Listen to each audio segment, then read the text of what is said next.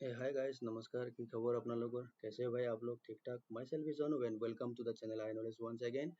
And today I am going to start a new session of cloud. तो मुझे आज cloud का एक नया सेशन अपना चैनल में स्टार्ट करना है। और वो मैं स्टार्ट करने वाला हूँ जो जिस भी क्लाउड का, मतलब क्लाउड तो बहुत सारे हैं ना, तो उसमें से मैं स्टार्ट करने वाला हूँ AWS। और ये हिंदी में होगा, ओके? हिंदी में, तो इसीलिए I am trying to speak in Hindi. Okay. So क्या होता है कि क्लाउड जो होता है, क्लाउड क्लाउड सर्विस प्रोवाइडर जो हमें क्लाउड प्रोवाइड करता है उसको हम लोग क्लाउड सर्विस प्रोवाइडर बोलते हैं, ठीक है? अभी देखो, CSP जो होता है क्लाउड सर्विस प्रोवाइडर, उसमें से टॉप मोस्ट कौन होता है? सबसे नंबर वन मार्केट लीडर जो है वो कौन होता है? वो होता है AWS, ठीक है? उसके बाद आपको माइक्रोसॉफ्ट एज्योर मिल जाएगा मार्केट पे, ठीक है? उसके बाद आपको GCP मिल जाएगा। GCP का मतलब गूगल क्लाउड प्लेटफॉर्म, ओके? उसके बाद आपको अलीबाबा मिलेगा। अलीबाबा हालांकि इंडिया में यूज नहीं होता, ये चाइना के लिए होता है। उसके बाद आपको थर्ड पार्टी और भी मिल जाएगा, ओरेकल। उसके बाद आपको मिल जाएगा IBM। तो इस तरह से this are the cloud service provider. अभी देखो, जो भी क्लाउड सर्विस प्रोवाइडर्स है, हर किसी का क्या होता है? सर्टिफिकेशन कोर्स होता है ना? सर्टिफिकेशन कोर्सेस होता है। सिमिलरली जैसे आपने अगर CCNA किया होगा, तो CCNA का पहला जो C है उसका फुल फॉर्म क्या होता है? Cisco certified network associate. तो सिस्को जो है, सिस्को देखो साइड में मैं लिख रहा हूँ यहाँ, सिस्को का जो पहला कोर्स होता है वो क्या होता है? CCNA, Cisco certified network associate, ठीक है ना? तो अगर आपको सिस्को करियर चूज करना है, मान लीजिए आपने सोच लिया कि मुझे सिस्को में अपना करियर बिल्ड अप करना है, तो आपको पहला जो कोर्स करना होगा वो होता है CCNA, ठीक है? बहुत डिमांडिंग होता है मार्केट पे, आपको पता होगा। After CCNA you can do CCNP। आप CCNP कर सकते हो, जिसका फुल फॉर्म होता है सिस्को सर्टिफाइड नेटवर्क प्रोफेशनल। उसके बाद आप कर सकते हो CCIE, Cisco certified inter network expert. उसी तरह ये जो AWS है, एज्योर है, गूगल या अलीबाबा जो भी है, इनका भी क्या होता है? सर्टिफिकेशन कोर्सेस होता है। और जिसका फाइनली एक एग्जाम भी होता है जिसको हम ग्लोबल एग्जाम बोलते हैं, ठीक है? And this exam is conducted by Pearson. Pearson तो नाम सुना होगा, पियर्सन VUE, यही है जो इस एग्जाम को कंडक्ट करता है, ठीक है ना? हो गया। अभी हमें यहाँ शुरू करना है किसके बारे में? AWS के बारे में, ठीक है? तो क्या करेंगे, देखो, AWS जो है Amazon वेब सर्विस, AWS का भी वही कोर्सेस है। कैसा कोर्सेस है? इसका जो पहला कोर्स है, अगर मान लीजिए आपको AWS सीखना है, तो आपको पहले शुरुआत कहाँ से करना होगा? इसका पहला जो कोर्स होता है वो होता है AWS फंडामेंटल। फंडामेंटल बोला जाता है उसको, फंडामेंटल। उसके बाद सेकेंड जो आता है AWS में वो होता है AWS सा। सा सा का क्या मतलब होता है? SAA मतलब सॉल्यूशन, एस का मतलब सॉल्यूशन एसोसिएट आर्किटेक्ट, ये सा, ठीक है? ये होता है नेक्स्ट। उसके बाद इसमें AWS सी शॉप बोल के आता है। तो इस तरह से इसमें भी क्या है? बहुत सारा एंड सो ऑन, इसमें आपको बहुत सारा सर्टिफिकेशन कोर्स मिल जाएंगे इन AWS ऑल्सो। हर किसी का एग्जाम भी होता है। और ज़्यादातर मैं स्टूडेंट को बोलता हूँ कि अगर भाई आपको AWS का एग्जाम देना है ना, तो फंडामेंटल मत दो। क्यों पैसा बर्बाद करते हो?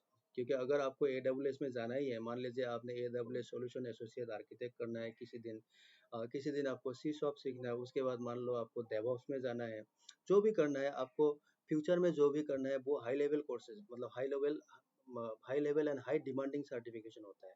तो आपको अगर एग्जाम ही देना है तो उन सब का दो। फंडामेंटल वाला एग्जाम देके क्या फायदा है? क्यों नहीं फायदा? देखो, फंडामेंटल में क्या होता है, इसमें सिर्फ थ्योरी होता है, ज्यादातर थ्योरी। कि AWS के अंदर जो भी है ना, मतलब EC2 हो गया, PPC, तो होता क्या है वो थ्योरी। जैसा मान लीजिए आप लोगों ने बीटेक किया होगा, है ना?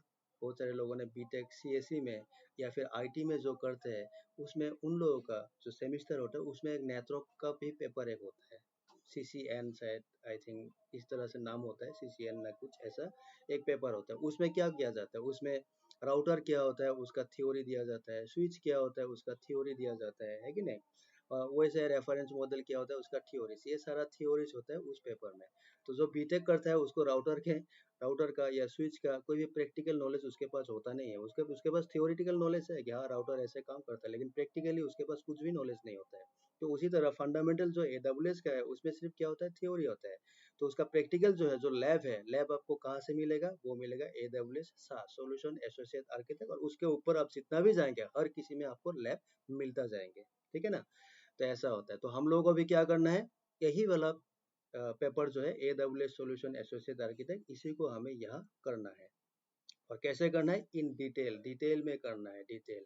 ऐसा नहीं है कि थोड़ा सा काट के दूँ, ठीक है, थोड़ा सा दे दिया, थोड़ा सा हाइड कर दिया, जो हाइड किया उसके लिए भाई मुझे कॉल करो, मुझे फ़ोन करो, ऐसा नहीं है, ठीक है ना। जो भी होगा डिटेल में होगा, आपको डिटेल में मिलेगा, ठीक है। इस पेपर का जो एग्जाम कोड होता है उसको कहा जाता है सा C03, सा C03, AWS सा C03। जैसा आपका CCNA में क्या होता है, अभी क्या है 2023 है, तो 2023 में CCNA जो है उसका जो एग्जाम होगा, या फिर एग्जाम चल रहा है मार्केट पे, तो उसका जो एग्जाम कोड है उसको हम बोलते हैं CCNA 200-301। और ये कब चाहिए पता है? ये कब चाहिए? जब आपको एग्जाम बुक करना होगा, एग्जाम बुक। जिस दिन आपको लगेगा कि हाँ मैं एग्जाम दे सकता हूँ, ठीक है, एग्जाम जिस दिन आपको बुक करना होगा उस दिन आपके फ्रंट पे आपको दिखाई देगा, सामने डिस्प्ले होगा बहुत सारा एग्जाम कोड्स। लाइक आपको AWS एग्जाम देना है, जब आप AWS के लिए आप रजिस्टर करने जाएंगे पियर्सन के वेबसाइट पे, तब आप AWS का बहुत सारा पेपर देखेंगे और हर पेपर के साइड में लिखा होगा उसका exam code. Similarly CCNA CCNP हर किसी में क्या होता है, एग्जाम कोड एक लिखा होता है, ठीक है। और उसी कोड को लेके आपको क्या करना है, एग्जाम बुक करना है, आपको स्लॉट लेना पड़ता है। स्लॉट का मतलब क्या है कि हाँ मुझे आज एग्जाम देना है, कब से? दोपहर 12 बजे से मुझे एग्जाम देना है, तो ऐसे स्लॉट लेना पड़ता है, ठीक है। तो ऐसा होता है रियल में। तो इसीलिए एग्जाम कोड वो भी, उसका भी नॉलेज होना जरूरी है, जानना चाहिए। मैं आप लोगों को एक फ्रेंकली बात बोलूँ, मेरा बहुत सारा स्टूडेंट्स है, जब इंटरव्यू देने जाता है तो इंटरव्यू में जब वो लोग बैठे रहते हैं बाहर, वहाँ से मुझे कभी कभार फ़ोन करता है कि सर हम लोगों ने जो CCNA किया था उसका एग्ज़ाम कोड क्या है। लेकिन देखो CCNA का जब कोर्स किया जाता है, मतलब डे वन जिस दिन फर्स्ट क्लास होता है उसी दिन मैं बोलता हूँ कि तुम लोगों का पेपर कोड ये है, सपोज CCNA 200-301। लेकिन हम लोगों का स्टूडेंट जो है वो क्या होता है, इंसान है, कभी कभार भूल जाता है, ठीक है ना। तो कभी कभार फ़ोन किया जाता है कि एग्जाम कोड क्या है, तो एग्जाम कोड हमेशा याद रखना। तो उसी तरह हम लोग का AWS जो है, AWS का जो एग्जाम कोड होगा वो होगा SAC03, इसी को हमें करना है। और मैं कोशिश करूंगा कि इसी पेपर के अंदर मैं AWS SysOps जो है उसका भी टॉपिक्स कुछ कुछ इंक्लूड कर दूं।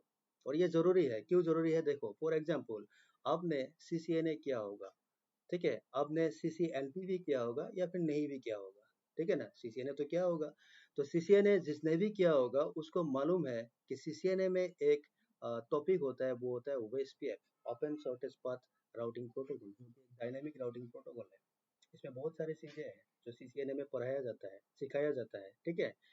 लेकिन आप जब CCNP करेंगे, CCNP का जो पेपर है, अभी का जो पेपर है CCNP NRC, NRC बोलते हैं उसको, ठीक है, एंटरप्राइज एडवांस राउटिंग स्विचिंग, ये वाला जो पेपर है NRC, इसमें भी आपको OSPF मिलेगा। लेकिन CCNA OSPF में जो आपको मिला है उसका एडवांस लेवल जो है आपको CCNP में मिलेगा, एडवांस लेवल। टॉपिक तो वही है, तो उसका एडवांस टॉपिक रिलेटेड क्या है वो सारा कुछ आपको CCNP में मिलता है। तो उसी तरह AWS सॉल्यूशन एसोसिएट आर्किटेक्ट जो है, मान लीजिए ये एसोसिएट आर्किटेक्ट, इसमें मान लीजिए आपको एक टॉपिक मिल रहा है सपोज EC2। EC2 क्या है हमको बाद में मालूम होगा, विस्तार से डिटेल में मालूम होगा, ठीक है। यहाँ आपको एक टॉपिक मिला, मान लीजिए EC2, ठीक है ना। अभी EC2 जो है, EC2 का आपको यहाँ लिमिटेड चीजें मिलेंगे, थोड़ा सा लैब भी मिलेगा, लेकिन EC2 का एडवांस लेवल भी है, एडवांस। और वो आपको कहाँ मिलेगा? SysOp में मिलेगा, SysOp। तो इसीलिए क्या होता है, अगर आपने मान लीजिए C03 का EC2 कर लिया और SysOp जो है उसमें जो EC2 है वो भी कर लिया, दैट मीन्स आपका EC2 कंप्लीट हो गया, ठीक है ना। EC2 कंप्लीट हो गया। और मैं शुरू करने से पहले और एक चीज बोलना चाहूंगा आप लोगों को, जो भी व्यूअर्स हो, याद रखिएगा कि क्लाउड जो है, अभी तो क्लाउड का ज़माना है, ये आपको पता ही है। लेकिन क्लाउड का ज़माना है, ठीक है, लेकिन इतना इजी अब नहीं रहा।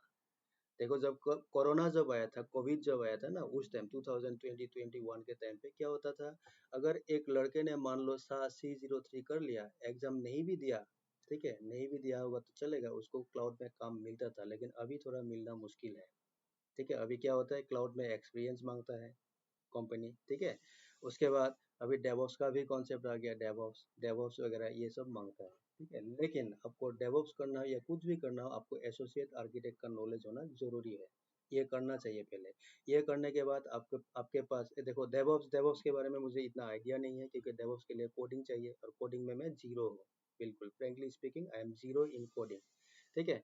तो इसीलिए अगर हम लोग का जो नेटवर्क का लड़का है, नेटवर्क का जो कैंडिडेट है, जिसने भी AWS क्लाउड सीखा होगा या पढ़ रहा होगा या अभी पढ़ेगा या सीखेगा, ठीक है, उसको मैं सजेस्ट करता हूँ कि आप जितना जल्दी हो सके ये सब करके, आपको अगर क्लाउड में ही जाना है तो क्लाउड सिक्योरिटी में जाओ, ठीक है। क्लाउड सिक्योरिटी जो होता है वो भी बहुत डिमांडिंग है अभी मार्केट में, क्योंकि क्लाउड तो चलेगा ना, तो क्लाउड को सिक्योर करना वो भी बहुत डिमांडिंग होता है, ठीक है।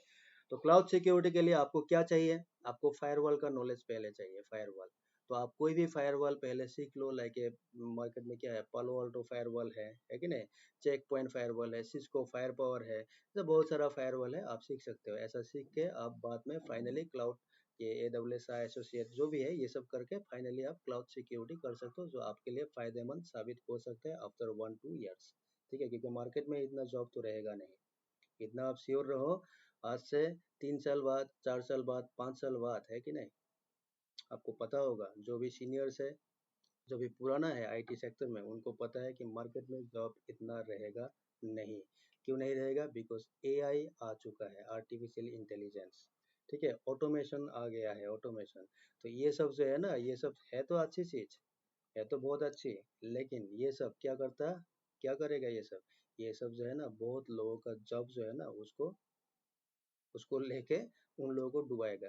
समझ में आया, ना समझ में। तो इसीलिए भाई कहता हूँ, जो भी कर रहे हो जल्दी करो, अगर इस लाइन पे हो, मैं हमेशा कहता हूँ जल्दी सीखो, जो भी सीखना है जल्दी सीखो, जल्दी भागो, जल्दी क्या करना है, ग्रो करना है, ठीक है ना। जितना भी आगे जाना है अभी निकल जाओ, बाद में क्या होता है, कंपटीशन भी ज्यादा होगा, ठीक है, मार्केट में होगा भी नहीं अवेलेबल। छोटा सा जॉब अगर लेना है ना किसी को, उसके लिए क्या होगा, मल्टीपल स्किल मांगेगा, अभी मांगना शुरू कर दिया कंपनीज, ठीक है। अगर मान लो एक छोटा सा 25,000 वाला सैलरी वाला जॉब भी आपको चाहिए ना, उसमें क्या होता है, कंपनी बोलता है कि हाँ तुम्हें CCNA भी आना चाहिए, तुम्हें माइक्रोसॉफ्ट का भी नॉलेज चाहिए, तुम्हें क्लाउड का भी नॉलेज चाहिए, तुम्हें फायरवॉल का भी नॉलेज, तुम्हें लिनक्स भी आना चाहिए। तो ये मल्टीपल स्किल चाहिए, तब जाके आपको 25,000 30,000 पर मंथ सैलरी देता है, बोलो, ठीक है। तो ये तो अभी शुरू हो गया, अभी और 1-2 साल बाद क्या होगा कोई नहीं जानता क्या होगा, ठीक है ना। तो मार्केट इस तरह से नहीं रहेगा, इस तरह जो अभी है ना, अभी मार्केट थोड़ा खराब है, धीरे धीरे ये और खराब होगा। खराब तो नहीं होगा, मार्केट ठीक ही रहेगा, मार्केट मार्केट ठीक ठाक रहेगा, मार्केट चलता रहेगा, कंपनीज चलता रहेगा, लेकिन जॉब क्या होगा, जॉब जो है, जो number of jobs will be decrease, वो कम होगा, ठीक है। क्यों कम होगा, क्योंकि मार्केट में आर्टिफिशियल इंटेलिजेंस, अभी देखो आर्टिफिशियल इंटेलिजेंस आ गया, AI।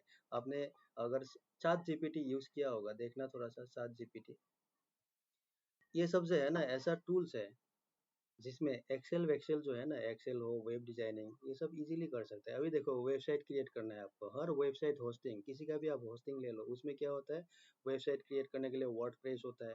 उसके बाद आजकल क्या होता है, AI भी उसमें रहता है कि AI यूज करो, अपना वेबसाइट बनाओ, 10-15 मिनट में वेबसाइट बन जाता है। समझ में आया कि नहीं? बन जाने का मतलब क्या है, वो जो वेब डिजाइनर है, जो वेबसाइट डेवलप करता है, उन लोगों का भी मार्केट थोड़ा थोड़ा थोड़ा थोड़ा है ना, समझ गया ना। तो समझदार के लिए इशारा ही काफी होता है ना।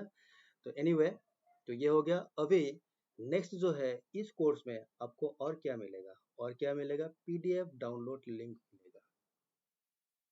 ये क्या है एक्चुअली, जो मैंने CCNA इन एसामीज जो मैंने अपलोड किया था अपना यूट्यूब चैनल पे, आई नॉलेज पे, तो उसमें से बहुत सारा व्यूअर्स है जिन्होंने मुझे मैसेज भी किया था व्हाट्सएप पे, और वो बोलता है कि सर जो PDF है वो क्या हम लोग ले सकते हैं, क्या आप PDF शेयर कर सकते हो। तो देखो PDF एक्चुअली क्या है, वो PDF क्रिएट करने के पीछे जो है ना, वो बहुत बहुत मेहनत होता है उसमें, ठीक है। तो मैं फ्रेंकली बोल रहा हूँ, वो फ्री ऑफ कॉस्ट देना थोड़ा ठीक नहीं लगता, ठीक है ना। और मेरा जो PDF है, आपको मालूम होगा अगर आपने CCNA का वीडियो देखा होगा, तो उसमें क्या है, डिटेल में लिखा होता है सारा कुछ, उसमें थ्योरीज डिटेल में होता है, मैं जो बोलता हूँ क्लास में वो भी उसमें लिखा होता है, ठीक है। लेक्चर जो है वो भी उसमें लिखा होता है PDF में। उसके बाद क्या होता है, उसमें लैब जो है, लैब का step by step commands, lab का जो वेरिफिकेशन है, आउटपुट है, A to Z उसमें लिखा होता है, ठीक है ना।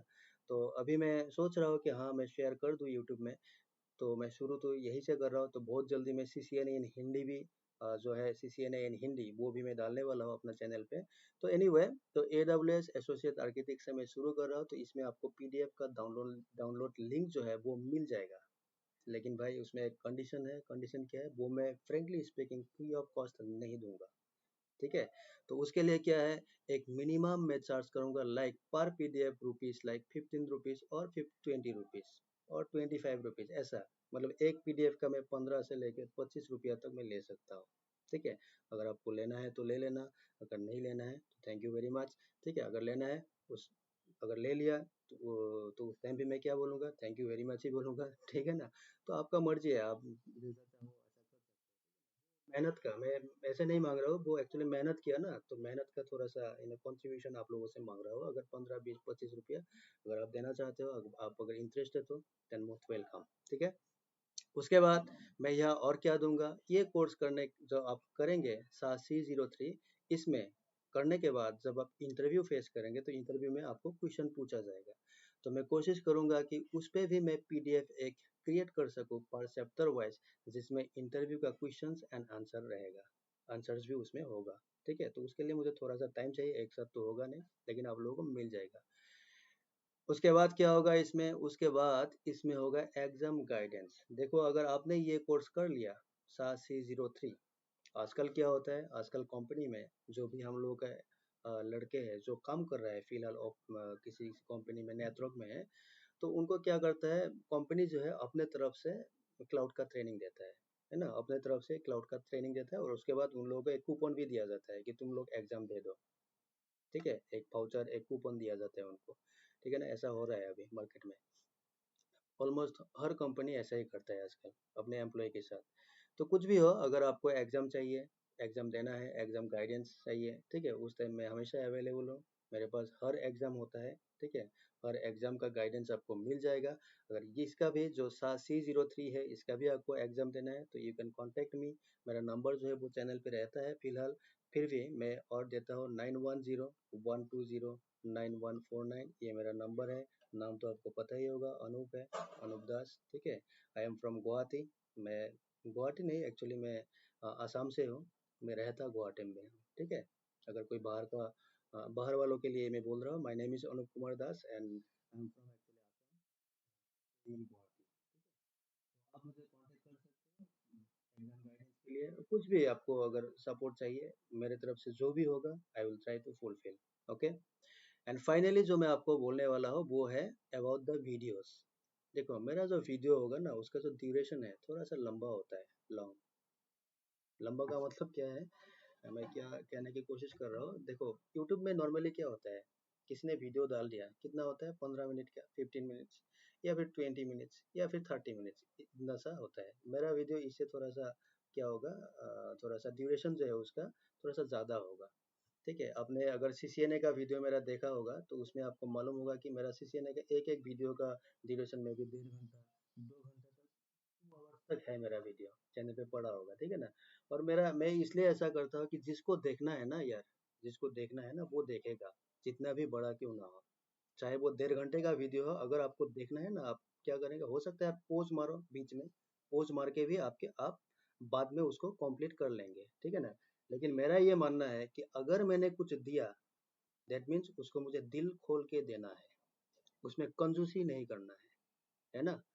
सॉरी टू से, लेकिन जो अगर मैंने कुछ दे दिया तो उसको मुझे दिल खोल के देना है, उसमें कंजूसी करना नहीं है।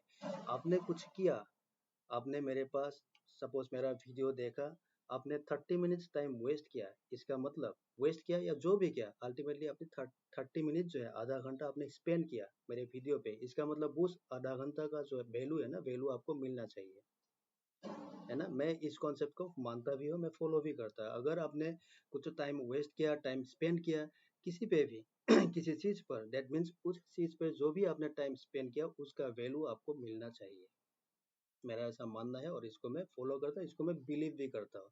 तो मेरा ऐसा मानना है कि अगर मैंने कुछ वीडियो बना के दे दिया, उसमें जो भी मैंने PDF डाल के दे दिया, आपका वो फायदेमंद, आपके लिए वो फायदेमंद हो आपके लिए वो बेनिफिशियल हो, ताकि आपको वो करने के बाद किसी और में जाके रिसोर्सेज ढूंढने की जरूरत नहीं ना पड़े, गूगल में जाके ये तो क्या था, लेकिन ये तो पीडीएफ में है नहीं, ठीक है ना, ये पीडीएफ में है नहीं, या फिर ये बोला नहीं गया वीडियो में, तो आपको किसी गूगल में जाके सर्च करने की ज़रूरत नहीं है, आपको सब कुछ उसी में मिल जाएगा। जो भी सिलेबस में है, आउट ऑफ सिलेबस तो नहीं मिलेगा, जो सिलेबस में आपको मिल जाएगा। तो हो सकता है थोड़ा सा वीडियो का जो ड्यूरेशन है वो थोड़ा सा ज़्यादा हो, ठीक है, तो आपको पेशेंस रखना होगा, पेशेंस रख के आपको क्या करना है, देखना है, ठीक है ना। तो इतना ही कहना था, और अभी हमें स्टार्ट करना है। तो मैंने जैसा आपको बोला कि मैंने स्टार्ट क्या करना है, मुझे AWS क्लाउड स्टार्ट करना है, ठीक है।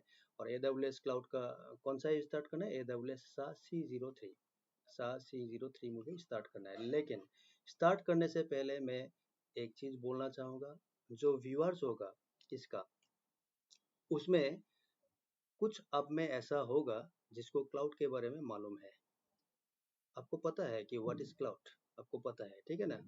कुछ ऐसा भी होंगे जिसको क्लाउड के बारे में मालूम नहीं है, नाम सुना होगा, ठीक है ना। कुछ ऐसा भी रहेंगे थोड़ा बहुत मालूम है, ठीक है ना, क्लाउड क्या है, थोड़ा सा आइडिया है। तो पहले मैं क्या करता हूँ, AWS क्लाउड स्टार्ट करने से पहले, या पहले हम लोग डिस्कस कर लेते हैं कि एक्चुअल में क्लाउड होता क्यों है, मतलब क्या होता है क्लाउड, ठीक है। ये क्लाउड क्या होता है, क्यों क्लाउड मार्केट में आया, क्लाउड का एडवांटेज क्या है, अगर एडवांटेज है तो उसका डिसएडवांटेज भी होगा, तो डिसएडवांटेज क्या है, तो बेसिक ऑफ क्लाउड, क्लाउड में क्या क्या सर्विसेज है, ठीक है, क्लाउड का क्या मॉडल है, तो ये जो है ये सब क्या है, बेसिक ऑफ क्लाउड है। तो पहले हमें ये डिस्कस कर लेना है। आप में से बहुत सारे होंगे जिसको इनके बारे में मालूम होगा, तो आप लोग प्लीज इग्नोर कर देना इसको, और जिनको मालूम नहीं है तो मेरे ख्याल से आपके लिए ये फायदेमंद हो सकता है, आप थोड़ा सा देख लेना, ठीक है। तो हमें पहले क्या करना है शुरुआत, तो हमें पहले स्टार्ट, देखो कोई कोई बिगिनर्स भी होगा ना यहाँ, मान लीजिए बीटेक करके उठा होगा, या किसी का इंटरेस्ट है कि मुझे क्लाउड सीखना है, तो क्लाउड के बारे में उसको मालूम नहीं है, तो ये वाला सेशन आप लोगों के लिए है, आप लोगों के लिए ये बहुत इंपॉर्टेंट है। आप लोग पहले देख लो कि क्लाउड होता क्या है, क्लाउड में क्या क्या है क्या नहीं है, आप पहले वो देख लो। उसके बाद हमें क्या करना है, AWS क्लाउड स्टार्ट करना है, विथ लैब विथ थ्योरी, जो भी है सारा कुछ इसमें आपको मिल जाएगा, ठीक है। चलिए फिर भगवान का नाम लेते हैं, हर हर महादेव, और हम लोग स्टार्ट करते हैं, ओके। तो देखो पहला जो है, इसमें पहले आपको मिलेंगे कि व्हाट इज क्लाउड, क्लाउड क्या होता है, ठीक है। So what is cloud computing, cloud computing क्या होता है, देखो cloud computing is the on demand delivery of IT resources and applications via the internet with the pay as you go pricing model.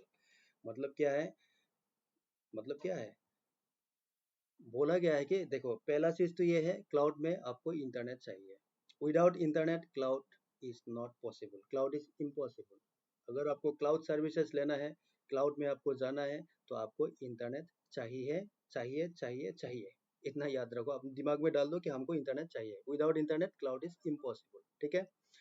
Next होता है इसमें क्या मिलेगा हमको, IT रिसोर्सेस मिलेगा, IT रिसोर्सेस एंड एप्लीकेशंस, ठीक है। IT रिसोर्सेस का मतलब क्या है, रिसोर्सेस का मतलब उसमें आपका हार्डवेयर हो सकता है, उसमें आपका सॉफ्टवेयर हो सकता है, उसमें एनीथिंग ऑपरेटिंग सिस्टम हो सकता है, उसमें आपका एप्लीकेशन हो सकता है, कुछ भी, ये जो भी चीज़ हमको चाहिए एक IT में, एक IT में एक नेटवर्क जो होता है उसमें हमें जो भी चीज़ की रिक्वायरमेंट है उसी को हम बोलते हैं रिसोर्सेस।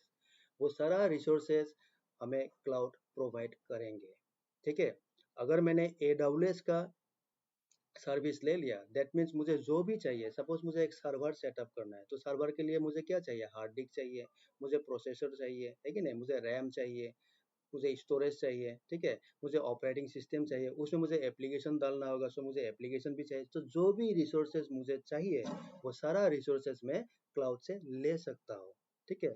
और वो जो मैंने ले लिया वो क्या होता है, ऑन डिमांड। ऑन डिमांड का मतलब क्या है, जब मुझे चाहिए उसी टाइम वो अवेलेबल रहना होगा, ठीक है। ऐसा नहीं है मुझे अब चाहिए, आपने बोल दिया कि नहीं अभी तो भाई नहीं मिलेगा, अभी बिजी है, या कुछ ऐसा ऐसा रीजन है अभी नहीं मिला, आपको शाम शाम शाम तक मिल जाएगा, इवनिंग में आपको मिल जाएगा, ऐसा नहीं होगा। मैंने अभी डिमांड किया, मुझे अभी सारा सर्विस अभी मुझे चाहिए, ठीक, उसी को बोलते हैं ऑन डिमांड।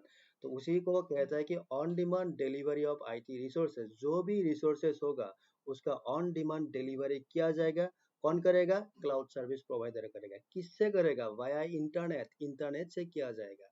लेकिन लेकिन क्या है, वो आपको फ्री ऑफ कॉस्ट नहीं मिलेगा, समझ में आया आपको। वो जो सर्विसेज जो भी है रिसोर्सेज हो गया, एप्लीकेशन, ऑपरेटिंग सिस्टम, जो भी आप इंटरनेट से यूज करने वाले हो from A cloud service provider, ठीक है, वो आपको फ्री ऑफ कॉस्ट नहीं मिलेगा। फ्री ऑफ कॉस्ट नहीं मिलेगा। कैसे मिलेगा?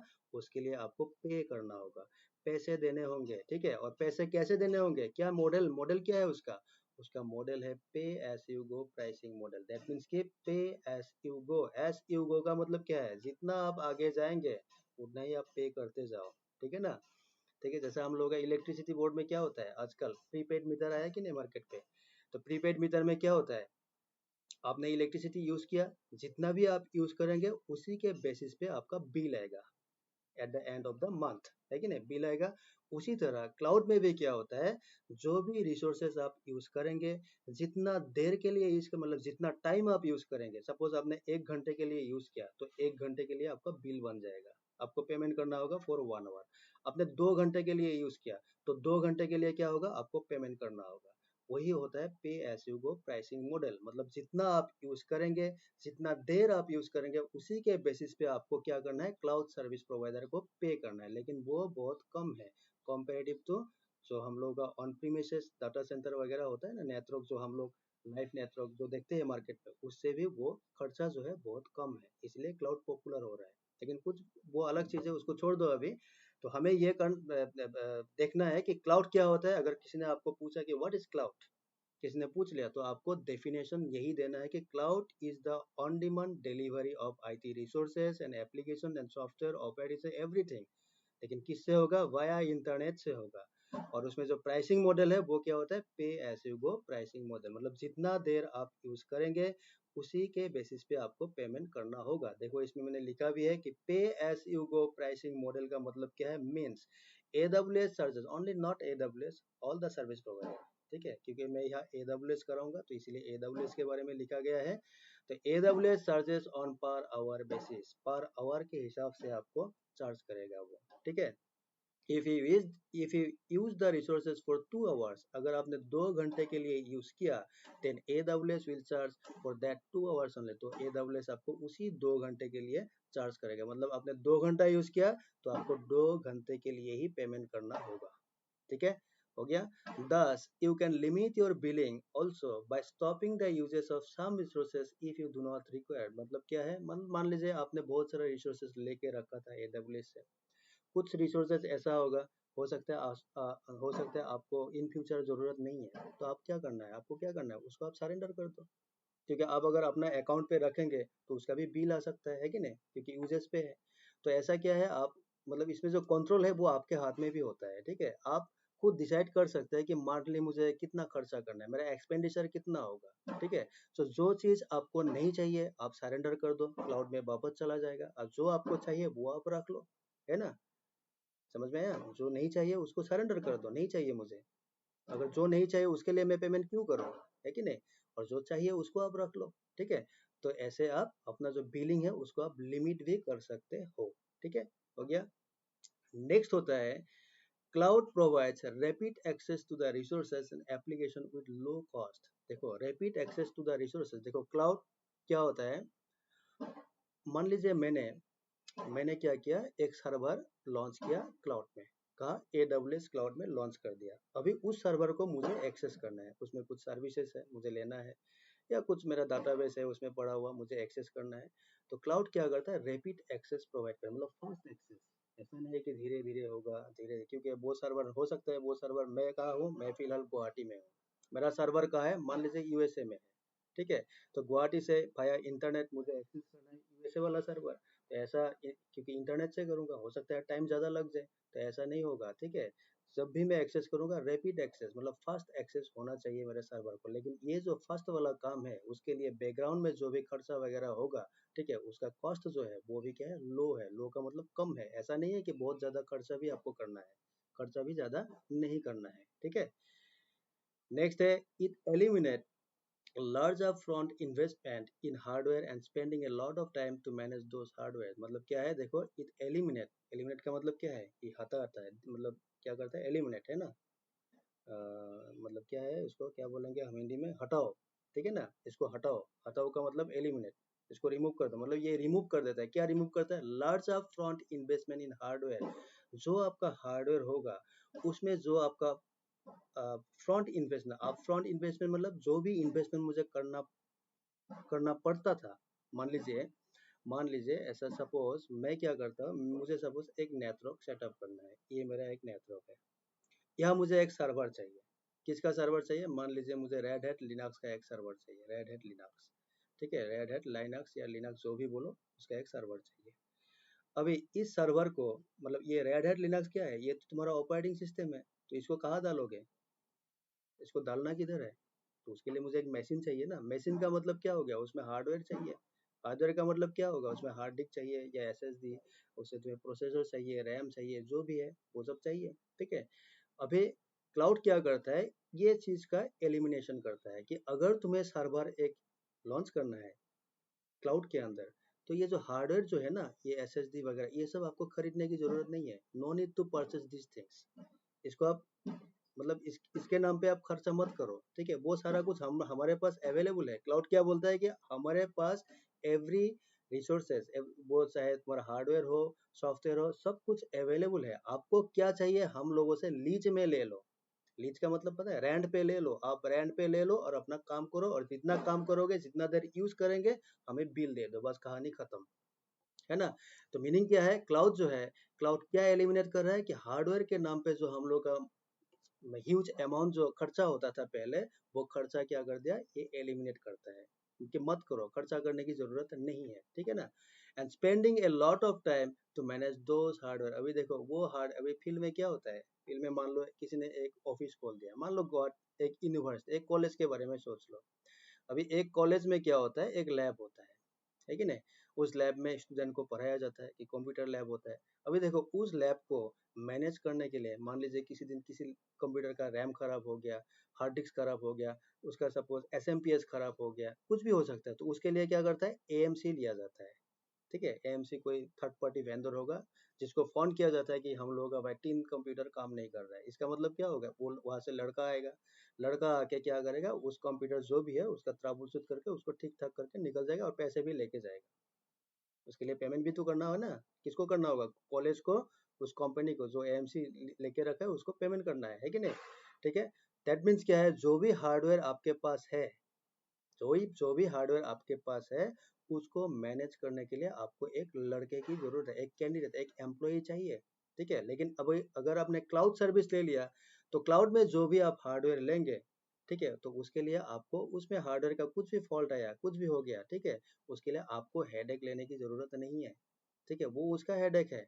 मान लीजिए आपने AWS का सर्विस ले लिया, तो उसमें हार्डवेयर रिलेटेड कुछ भी प्रॉब्लम आया, तो उसका हेडेक कौन लेगा? उसका हेडेक लेगा AWS खुद। मुझे हेडेक लेने की जरूरत नहीं है। दैट मीन्स वो हार्डवेयर जो है उसको मैनेज करने में जो भी टाइम स्पेंड होगा, वो टाइम भी मेरा क्या होगा, सेफ हो गया, ठीक है, हो गया।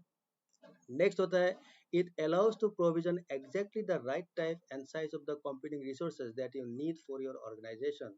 आपका जो ऑर्गेनाइजेशन है, आपको सपोज मान लीजिए एक वेबसाइट लॉन्च करना है, उसके लिए आपको एक सर्वर चाहिए। तो आपका वेबसाइट आपने लॉन्च किया, उसके लिए सर्वर चाहिए, वो वेबसाइट मान लीजिए डेली 1000 ट्रैफिक हैंडल करेगा, जो भी रिक्वायरमेंट है। तो उस हिसाब से आपने डिसाइड किया, आपने प्लानिंग किया कि मेरा जो सर्वर होगा, इसमें जो हार्डवेयर होगा, ये इसमें मान लीजिए प्रोसेसर इतना होना चाहिए, रैम इसका इतना होना चाहिए, इसमें हार्ड डिस्क या एसएसडी जो भी आपने लगाए वो इतना होना चाहिए, ठीक है। तो ऐसा क्या होता है, प्लानिंग करना। लेकिन मान लीजिए आपने कर भी लिया, आपने खर्चा कर दिया, अपने हार्डवेयर सेटअप कर दिया, अपना सर्वर रेडी कर लिया, लेकिन कल परसों 2 दिन बाद देखा कि उसका विपरीत का मतलब ऑपोजिट हो रहा है। ऑपोजिट का मतलब क्या? आपने जितना एक्सपेक्ट किया था उस तरह से उसमें काम नहीं हो रहा है, उतना ट्रैफिक उसमें नहीं आ रहा है, ठीक है ना, ऐसा हो रहा है। तो इसका मतलब क्या है, आपने तो प्लानिंग किया था कि इसमें हो सकता है इतना हाई लेवल तक जाएगा, ठीक है, इतना तक जा सकता है, तो उस टाइम मेरा सर्वर क्रैश नहीं होना चाहिए, तो उस हिसाब से आपने क्या किया था, सर्वर को लॉन्च किया था, उस हिसाब से आपने खर्चा भी किया था। लेकिन अभी क्या हो रहा है, प्रैक्टिकली ऑन ग्राउंड क्या हो रहा है, ऐसा नहीं हो रहा है, वो सारा कुछ डिक्रीज हो गया। तो इसका मतलब क्या है, आपको आपने जो भी सर्वर लॉन्च किया था, जो कि हाई एंड सर्वर था, जिसमें आपने मान लो 1 लाख रुपया खर्चा कर दिया, अभी आपने डिसाइड अपने अभी अभी अपने अभी आपने ये सोच लिया कि 1 लाख रुपया मैंने वैसे ही खर्चा कर दिया, इतना मुझे चाहिए नहीं था, इतना हाई एंड मशीन मुझे रखने की जरूरत नहीं था एक्चुअली, जो प्रेजेंट कंडीशन है, ठीक है। तो आपने हो सकता है कि आपने 50,000 खर्चा करके भी एक सर्वर अगर लॉन्च किया होता तो फिलहाल जो कंडीशन है वो 50,000 वाला सर्वर जो है वही उसको कर लेता, ठीक है। लेकिन आपने तो खर्चा ज़्यादा कर दिया। तो इसीलिए क्या होता है, क्लाउड में क्या होता है, एक्यूरेट साइज आपको जितना चाहिए। मान लीजिए आपने पहले बहुत ले लिया था, ठीक है ना। आपने मान लीजिए एक एग्जांपल देता हूँ, आपने क्या किया, ये AWS क्लाउड है, सपोज AWS क्लाउड, आपने इसमें एक सर्वर लॉन्च किया। उस सर्वर में मान लीजिए आपने अब आज डिसाइड किया कि मुझे इसमें 32 GB रैम चाहिए, 32 GB रैम आपने ले लिया।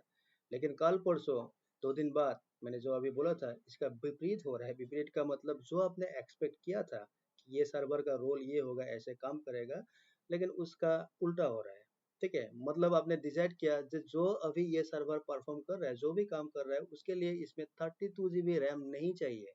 मैं एक्स्ट्रा पेमेंट कर रहा हूँ किसको, क्लाउड को। 32 GB रैम इसमें नहीं चाहिए। इसमें क्या होगा, इसके मान लो जो 16 GB रैम होने से भी ये टिप टॉप चलता रहेगा।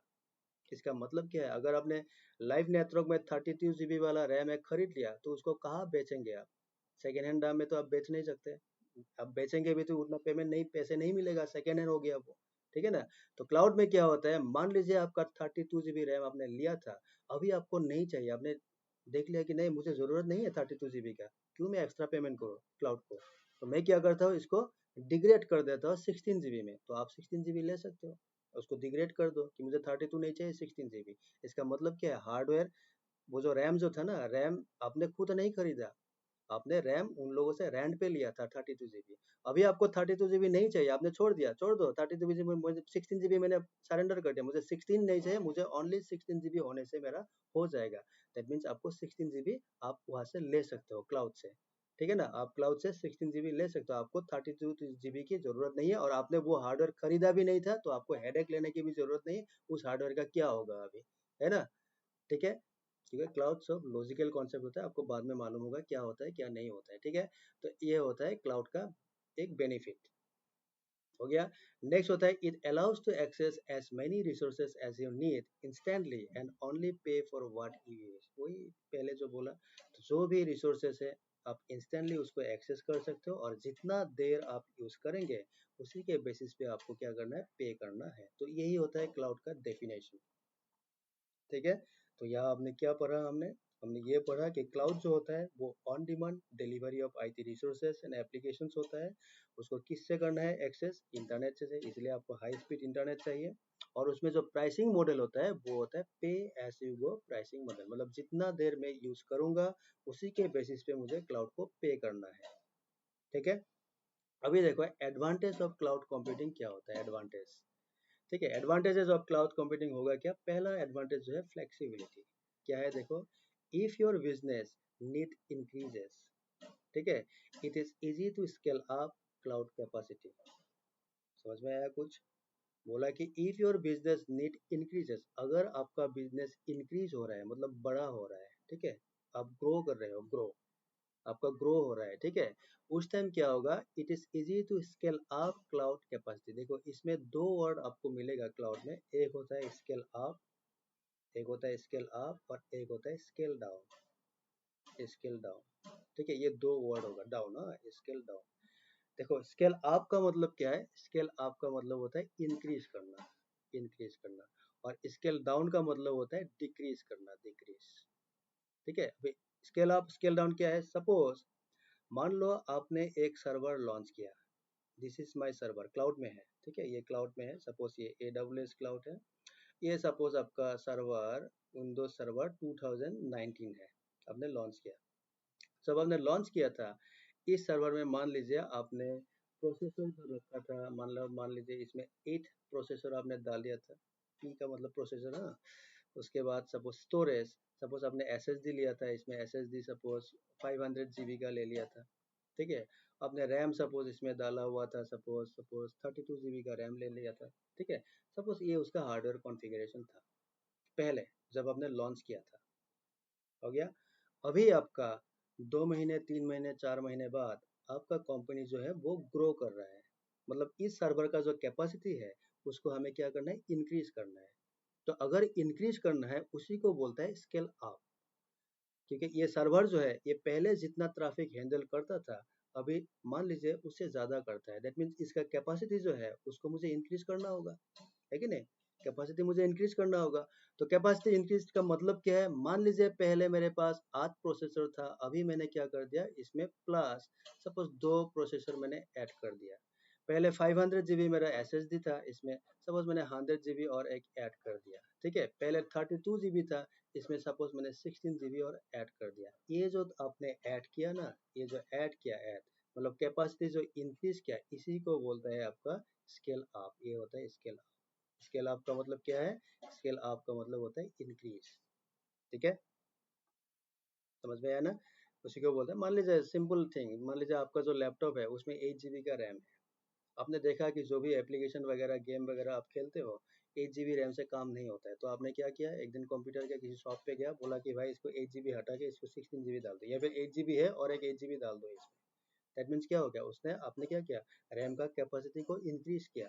तो उसी को बोला जाता है स्केल अप, ठीक है। कुछ दिन बाद मान लीजिए अभी आपने ऐसा कर दिया 8 प्लस 2, दैट मीन्स इसमें कितना हो गया, 10 सीपीयू हो गया, ठीक है। 500 प्लस 10 दैट मीन्स 600 जीबी इसका एसएसडी हो गया। 32 GB plus 16 that means 48 GB इसका रैम हो गया। लेकिन कुछ दिन बाद मान लीजिए 6 महीने बाद आपने देखा कि नहीं, अभी बिजनेस में क्या हो रहा है, नुकसान हो रहा है, घाटे में जा रहे हो आप, ठीक है। और ये जो सर्वर है, ये सर्वर का कैपेसिटी अभी बहुत ज़्यादा है, मैं पैसा भी ज़्यादा दे रहा हूँ, लेकिन उतना इनकम या उतना रेवेन्यू जनरेट नहीं हो रहा है, उतना इनकम अर्निंग मुझे मेरा आ नहीं रहा है। तब क्या करोगे आप क्या करोगे, इसका जो कॉन्फ़िगरेशन जो है उसको आप डिग्रेड भी कर सकते हो। डिग्रेड का मतलब क्या, उसको हटाओ। मान लीजिए ये पहले मैंने दो सीपीयू ऐड किया था, उसको रिमूव करो, 100 जीबी रिमूव करो, 16 जीबी रिमूव करो, तो ऐसा आप रिमूव भी कर सकते हो। तो उसी को बोलते हैं स्केल डाउन, ठीक है। ये जस्ट मैंने एक एग्जांपल दिया, स्केल अप और स्केल डाउन क्या होता है। तो ये स्केलिंग जो है, स्केलिंग AWS क्लाउड का एक बहुत बड़ा फीचर्स होता है स्केलिंग। ऑटो स्केलिंग बोलता है उसको, हमको बाद में मिलेगा auto scaling, what is auto scaling, उसका लैब वगैरह मिलेगा, बहुत अच्छा है, आपको मजा आएगा उसमें, ठीक है ना। तो वो है, तो कुछ भी हो अभी रहने दो। तो बात यही है कि अगर आपका बिजनेस इंक्रीज हो रहा है, then you can scale up your cloud capacity, आपका अपना कैपेसिटी आप बढ़ा सकते हो। Same way you can scale down again if you the business requirement reduces, अगर आपको नहीं चाहिए, आपका बिजनेस रिड्यूस हो गया, ठीक है, आप घाटे में जा रहे हो, नुकसान में जा रहे हो, तो आप क्या कर सकते हो, अपना जो कैपेसिटी है उसको आप डिग्रेड मतलब स्केल डाउन भी कर सकते हो। और ये जो स्केल अप जब मर्जी आपने अप किया, जब मर्जी आपने डाउन किया, इसी को बोलता है फ्लेक्सिबिलिटी, ठीक है। जब मर्जी आपने क्या किया, अप किया, बढ़ाया, इंक्रीज किया, और जब आपको नहीं चाहिए आपने क्या किया, डिक्रीज कर दिया, इसी को बोलता है फ्लेक्सिबिलिटी, ठीक है। As well as you are open to choose your operating systems, database applications, programming languages, etc. Anything depending on your requirement, you can scale up or down. That means क्या है, ये तो हो गया एक चीज। दूसरा क्या है, you are open to choose मतलब आपके पास फुल फ्रीडम है, किसके लिए, कि आप कोई भी ऑपरेटिंग सिस्टम चूज कर सकते हो, आप कोई भी डाटाबेस एप्लीकेशन चूज कर सकते हो, कोई भी सॉफ्टवेयर आप चूज कर सकते हो, कोई भी प्रोग्रामिंग लैंग्वेज, पाइथन हो गया, जो भी लैंग्वेज है आप कुछ भी ले सकते हो, ठीक है, डिपेंडिंग ऑन योर रिक्वायरमेंट, आपके रिक्वायरमेंट के बेसिस पे। और उसमें भी क्या होगा, स्केल अप स्केल डाउन होगा। आज आपने ले लिया, कल आप छोड़ भी सकते हो। ऐसा नहीं है कि आपने ले लिया इसका मतलब आपके पास रहेगा वो हमेशा, आपको रखना ही होगा, ऐसा कुछ नहीं है।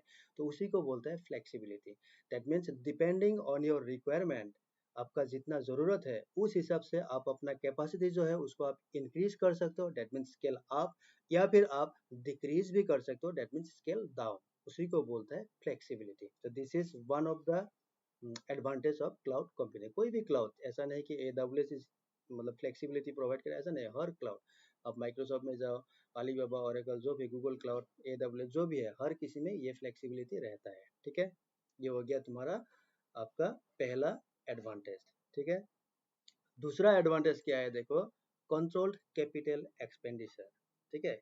इसका मीनिंग क्या है, cloud computing cuts the high cost of IT infrastructure like servers, routers, switches, firewalls, electricity, ACs, manpower, etc. देखो क्लाउड कंप्यूटिंग क्या कर रहा है, क्या कर रहा है आपका, क्लाउड कंप्यूटिंग क्या कर रहा है आपका, सो IT इंफ्रास्ट्रक्चर है। अभी देखो, एक मान लीजिए आपको डाटा सेंटर क्रिएट करना है, सपोज सपोज मान लीजिए विप्रो, नाम तो सुना है, विप्रो है कि नहीं। विप्रो ने मान लीजिए एक डाटा सेंटर सेटअप करने वाला, डीसी एक सेटअप करेगा किसी कंपनी के, मान लीजिए एसबीआई के लिए, स्टेट बैंक ऑफ इंडिया के लिए करेगा वो, ठीक है। अभी विप्रो ये जो डाटा सेंटर सेटअप करेंगे, इसके लिए किसका, एसबीआई का, ठीक है। इसके लिए मान लीजिए उसको 100 करोड़ का इन्वेस्टमेंट है उसमें। क्यों इन्वेस्टमेंट है, क्योंकि ये जो डाटा सेंटर जो है इसको सेटअप के लिए इसमें क्या चाहिए, आईटी इंफ्रा चाहिए, इंफ्रास्ट्रक्चर चाहिए कि नहीं। तो आईटी इंफ्रा में क्या क्या आता है, उसमें आपको राउटर लेना होगा, ठीक है ना, L3 राउटर, उसमें आपको L3 स्विच लेना होगा, उसमें आपको L2 स्विच लेना होगा, उसमें आपको फायरवॉल लगाना है, ठीक है। उसमें आपको ऑपरेटिंग सिस्टम लेना होगा, उसमें आपको एप्लीकेशन खरीदना होगा, है कि नहीं, बहुत सारे चीज़ें हैं। एसीज के लिए चाहिए, एसीज की कूलिंग चाहिए, है कि नहीं, डिवाइस जहाँ रहेगा। मैन पावर चाहिए, मैन पावर को सैलरी देना है। तो ऐसा बहुत सारा खर्चा इसमें है। किसमें है, अगर तुमने हमने अगर फिजिकल एक डाटा सेंटर में, फिजिकल डाटा सेंटर का मतलब क्या है पता है, ऑन प्रीमिसेस जिसको बोलते हैं। फिजिकली अगर किसी में एक ऑफिस मैंने सेटअप कर दिया, एक सपोज डाटा सेंटर बनाया, तो ये खर्चा होगा उसमें, है कि नहीं। क्लाउड क्या करता है, इसको हटाता है कि नहीं मत करो ऐसा खर्चा, ये खर्चा करने की ज़रूरत नहीं है। सपोज मैंने एक कंपनी स्टार्टअप खोल दिया मैंने, अभी स्टार्टअप के लिए मुझे एक क्या करना है, डाटा सेंटर या मेरा एक ऑफिस खोलना है उस जहाँ मेरा सर्वर्स वगैरह रहेगा। अभी देखो सर्वर तो अकेला चलेगा नहीं ना, है कि नहीं। सर्वर्स को रन करने के लिए, उसको एक्सेस दिलाने के लिए उसमें स्विच चाहिए, राउटर चाहिए, उसको सिक्योर करने के लिए फायरवॉल चाहिए, उसको ठंडा करके रखना है उसके लिए एसी चाहिए, उसको 24/7 इलेक्ट्रिसिटी मिलना है उसके लिए इलेक्ट्रिसिटी चाहिए, प्लस आपको बैकअप प्लान भी लेना होगा, यूपीएस वगैरह, है कि नहीं। उसको चलाना होगा, नाइट चौकीदार चाहिए, है कि नहीं। उसको मैनेज करने के लिए हमें एम्प्लॉय हायर करना होगा, उस एम्प्लॉय को हमें सैलरी देना होगा। तो देखो खर्चा कितना है कि नहीं। तो बेटर क्या, किसके लिए खर्चा करो, उस सर्वर के लिए, जो सर्वर है उसके लिए इतना सारा खर्चा हो रहा है। तो क्लाउड क्या कर रहा है, क्लाउड क्या बोल रहा है कि भाई आप एक काम करो, आपको सर्वर चाहिए ना, वो सर्वर आप हमारे पास बनाओ, हमारे अंदर बनाओ, और आपको राउटर खरीदने की जरूरत नहीं है। हम लोगों के पास ऑलरेडी है वो सब सेटअप, सब कुछ है, इंफ्रास्ट्रक्चर हमारे पास है, राउटर स्विच फायरवॉल सिक्योरिटी वगैरह जो भी आपको चाहिए वो सारा कुछ हमारे पास अवेलेबल है। आपको उसका हेडेक लेने की जरूरत नहीं है।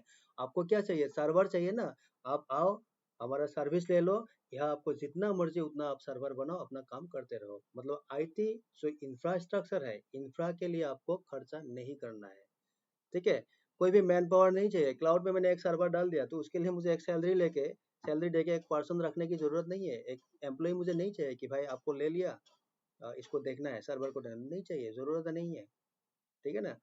समझ में आया कि नहीं, ठीक है। तो वही बोला कि कंट्रोल्ड एक्सपेंडिचर का मतलब ये है कि जो खर्चा होता है एक आईटी इंफ्रा बनाने के लिए, सेटअप करने के लिए, वो खर्चा जो है, खर्चा क्लाउड क्या करता है, वो एलिमिनेट करता है। मतलब वही इसमें लिखा है देखो, cuts cuts the high cost, जो भी कॉस्ट होता है ना उसको वो कट करता है, of IT infrastructure like servers के लिए, राउटर्स के लिए, switches, firewalls, electricity, ACs, man power etcetera. तो इसलिए तो क्लाउड पॉपुलर हो रहा है।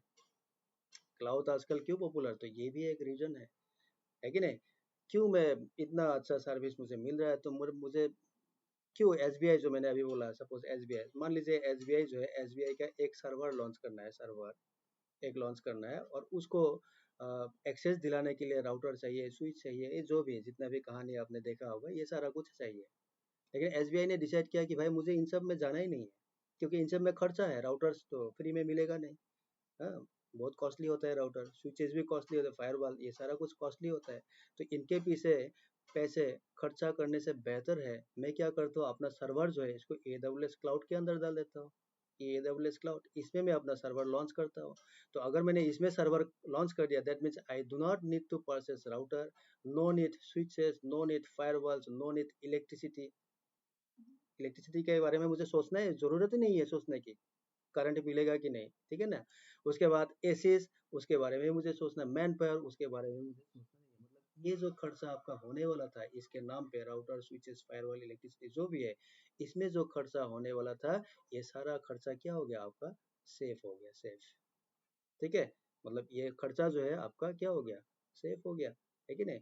उसी को बोलता है कंट्रोल्ड कैपिटल एक्सपेंडिचर, सीसीई। मतलब कैपिटल, जो आपका कैपिटल खर्चा, एक्सपेंडिचर जो आपका खर्चा होने वाला था, उसको क्लाउड क्या करता है, एलिमिनेट करता है। अगर आपने क्लाउड सर्विस ले लिया तो उसके बारे में आपको सोचने की जरूरत नहीं है, ठीक है। वही होता है, ये हो गया। You simply pay as you go and enjoy the subscription based model. मतलब ये सब्सक्रिप्शन बेस्ड होता है, क्योंकि मैं जितना देर यूज करूंगा उसी के बेसिस पे मुझे पेमेंट करना है कि नहीं। तो आपको क्या करना है, आप यूज करो, जितना यूज किया आप पेमेंट करो, कहानी खत्म। तो आपको किसी चीज को परचेस करने की जरूरत नहीं है, ठीक है। Instead of having to invest heavily in data centres and servers, you know how you are going to use them. You can only pay when you consume computing resources, only pay for how much you consume, thus reducing the heavy investment on your hardware, software and all other related components to set up your organization. समझ में आया? बोला कि instead of having to invest heavily in data centre, जो हम लोगों का data centre होता है उसमें ये जो भी हमें चीज खरीदने की जरूरत था, ये राउटर वगैरह जो भी है, इसमें खर्चा करने की जरूरत नहीं है। मतलब ये जो हैविंग टू इन्वेस्ट हेवीली, जो हेवीली इन्वेस्ट होने वाला था उसको आप छोड़ दो, नहीं चाहिए। आपको क्या करना है, आपको सिर्फ यूज करना मालूम होना चाहिए कि मुझे यूज कैसे करना है। क्लाउड से मुझे सर्वर ही तो चाहिए ना, मुझे क्लाउड में सर्वर लॉन्च करना है और उसको मुझे यूज करना सिर्फ आना चाहिए कि हाउ टू यूज देम, ठीक है। ओके, एंड आप जितना यूज करेंगे कंज्यूम कंप्यूटिंग रिसोर्सेज जितना करेंगे आपको उस हिसाब से ओनली पे आपको पे करना है। Only pay for how much you consume, thus reducing the heavy investment on your hardware. तो आपको कितना यूज करना है आपको मत पता है, तो आप उतना यूज करो, उसके बिहाफ पे आपको पेमेंट करना है। तो ऐसे क्या होता है, आपका जो डाटा सेंटर जो है, जो नॉर्मली आप हम लोग फील्ड में देखते हैं, तो डाटा सेंटर में जो हार्डवेयर के नाम पे खर्चा होता है, सॉफ्टवेयर वगैरह या फिर all other related components like man power हो गया, एसीज वगैरह जो भी है, इसके नाम पे जो खर्चा होता है वो खर्चा आपका क्या हो गया, सेव हो गया, एलिमिनेट कर दिया। किसने, क्लाउड ने एलिमिनेट कर दिया। तो ये होता है एक क्लाउड का बहुत बड़ा एडवांटेज, और ये एक रीजन है कि आजकल बहुत सारे लोग जो है क्लाउड में माइग्रेट हो रहा है, ठीक है, क्योंकि उसमें क्या होता है, खर्चा नहीं होता है, ठीक है। पर आज मान लो मैंने एक डाटा सेंटर खोल दिया, ठीक है, उसमें मेरा इन्वेस्ट कितना गया, मान लो डाटा सेंटर में मेरा इन्वेस्ट कितना हो रहा है, 50 करोड़। और मैंने दिमाग लगाया था कि 50 करोड़ तो मैंने खर्चा किया, इसको मुझे क्या करना है, रिटर्न भी तो लाना है ना बिजनेस करके। लेकिन मैंने खर्चा कर दिया, मेरा डाटा सेंटर सेटअप हो गया, लेकिन उसके बाद क्या हो गया, मेरा बिजनेस जो है वो डाउन हो गया, ठीक है। तो 50 करोड़ आएगा क्या, नहीं आएगा। आपने ये 50 करोड़ में क्या क्या था, इसमें राउटर था, स्विचेस था, मैन पावर, एसीज वगैरह सब कुछ मिला के 50 करोड़ गया है कि नहीं। अभी आपका बिजनेस डाउन चल रहा है, दैट मीन्स आपका पैसा पानी में गया है कि नहीं, बर्बाद हो गया आप, ठीक है। अभी आपने सोच लिया कि नहीं, ये जो भी मैंने खर्चा किया था अभी तो बिजनेस डाउन है, इसको मैं क्या करता, सेल करता हूँ। सेल करने से आप क्या करेंगे, सेकेंड हैंड दाम पे, सेकेंड हैंड पे सेल करना होगा, तो आपको क्या 50 करोड़ मिलेगा उसमें, नहीं मिलेगा। तो अल्टीमेटली लॉस ही लॉस हुआ कि नहीं, ठीक है। तो बेटर क्या है, मुझे सर्वर ही तो चाहिए ना। अल्टीमेट जो खेल होता है ना फील्ड में, वो होता है सर्वर्स का खेल, ठीक है। सर्वर जो है उसी को एक्सेस लेना है हमें, तो उसी सर्वर के लिए हमें क्या करना है, एक कंप्लीट आईटी इंफ्रास्ट्रक्चर जो है उसको हमें सेटअप करना पड़ता है। और वो उसी इंफ्रा में क्या आता है, ये सारा कुछ आता है, राउटर वगैरह जो भी नाम सुना, स्विचेस, फायरवॉल जो भी है। तो अगर मुझे राउटर, स्विचेस, फायरवॉल खरीदने की जरूरत नहीं है, तो आप सोच लो आपका पेमेंट जो है, खर्चा जो है कितना सेव होता है, ठीक है। तो यही चीज क्लाउड करता है कि आपको सर्वर चाहिए ना, आओ भाई हमारे पास आओ, हमारे पास है सर्वर्स, आप ले लो, आप सर्वर ले लो, अपना सर्वर यूज करो, जितना देर यूज करेंगे आप हमें पेमेंट करो, आपको राउटर, स्विच ये कुछ भी आपको खरीदने की जरूरत नहीं है। तो ये होता है क्लाउड का बहुत बड़ा एडवांटेज, ठीक है। नेक्स्ट होता है सॉफ्टवेयर अपडेट, ठीक है। इसमें क्या मिलेगा देखो, in cloud computing the servers are installed in off premises. Off premise का मतलब क्या है, ऑफ प्रीमिसेस का मतलब होता है, ऑफ का मतलब अपना जो डाटा सेंटर होता है, फिजिकल जो नेटवर्क होता है, ठीक है।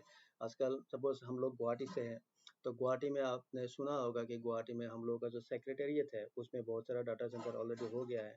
आमीन गांव में डाटा सेंटर होने वाला है, ठीक है। जैसा अपना टेक सिटी मिर्जा के पास जो है वहाँ भी डाटा सेंटर हो रहा है कि नहीं।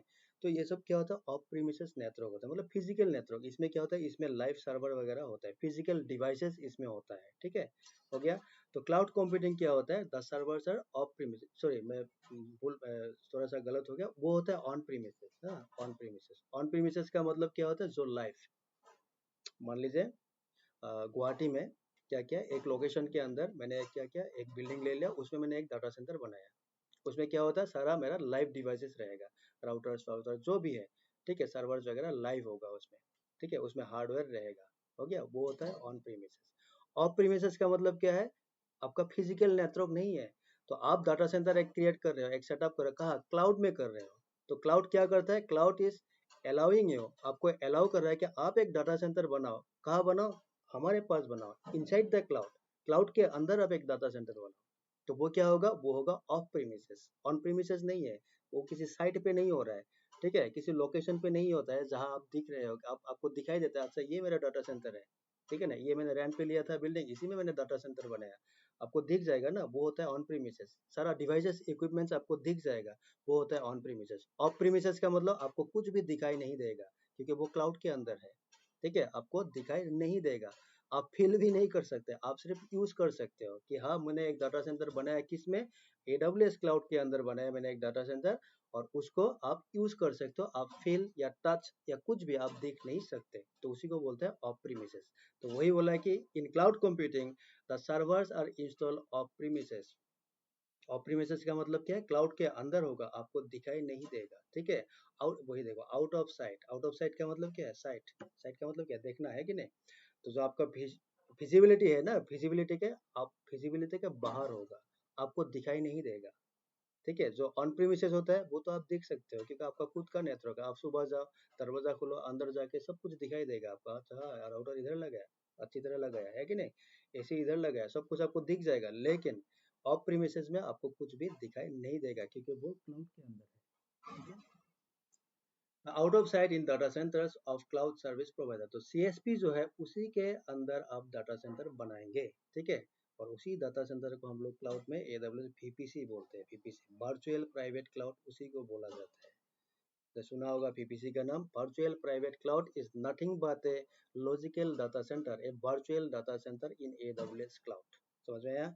AWS क्लाउड के अंदर जो भी हम लॉजिकल या वर्चुअल डाटा सेंटर बनाते हैं, सेटअप करते हैं, उसी को हम लोग बोलते हैं VPC, ठीक है। हमको बाद में मिलेगा, VPC के ऊपर बहुत सारा लैब्स है, बाद में देखेंगे, ठीक है।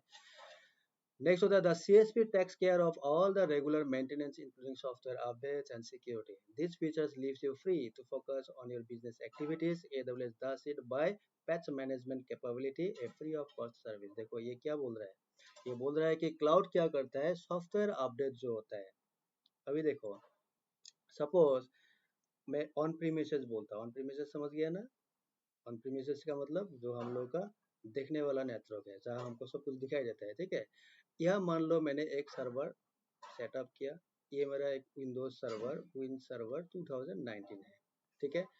अभी सपोज ये जो विंडोज सर्वर 2019 है, इसको मुझे क्या करना है? अपडेट करना है, अपडेट, ठीक है। अभी इसको अगर मुझे अपडेट करना होगा, तो उसमें एक सर्विस होता है डब्ल्यू विंडोज, उसमें एक सर्विस होता है ये WSUS, हाँ WSUS, ठीक है, W Windows service update service, ऐसा कुछ होगा फुल फॉर्म, ठीक है, कुछ भी हो, विंडोज SUS बोल के एक सर्विस होता है, ये वाला, ये सर्विस होता है, ठीक है।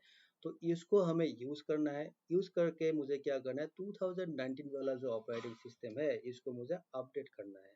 अभी इसमें प्रॉब्लम क्या है, आपने अगर आपका जो ऑफिस के बाहर सिक्योरिटी गार्ड खड़ा है, अगर उसको बोल दिया है कि भाई तुम आ जाओ और इस सर्वर का जो ऑपरेटिंग सिस्टम है आप उसको अपडेट करो, किसको यूज करके? WSUS को यूज करो और अपडेट करो, वो कर पाएगा क्या?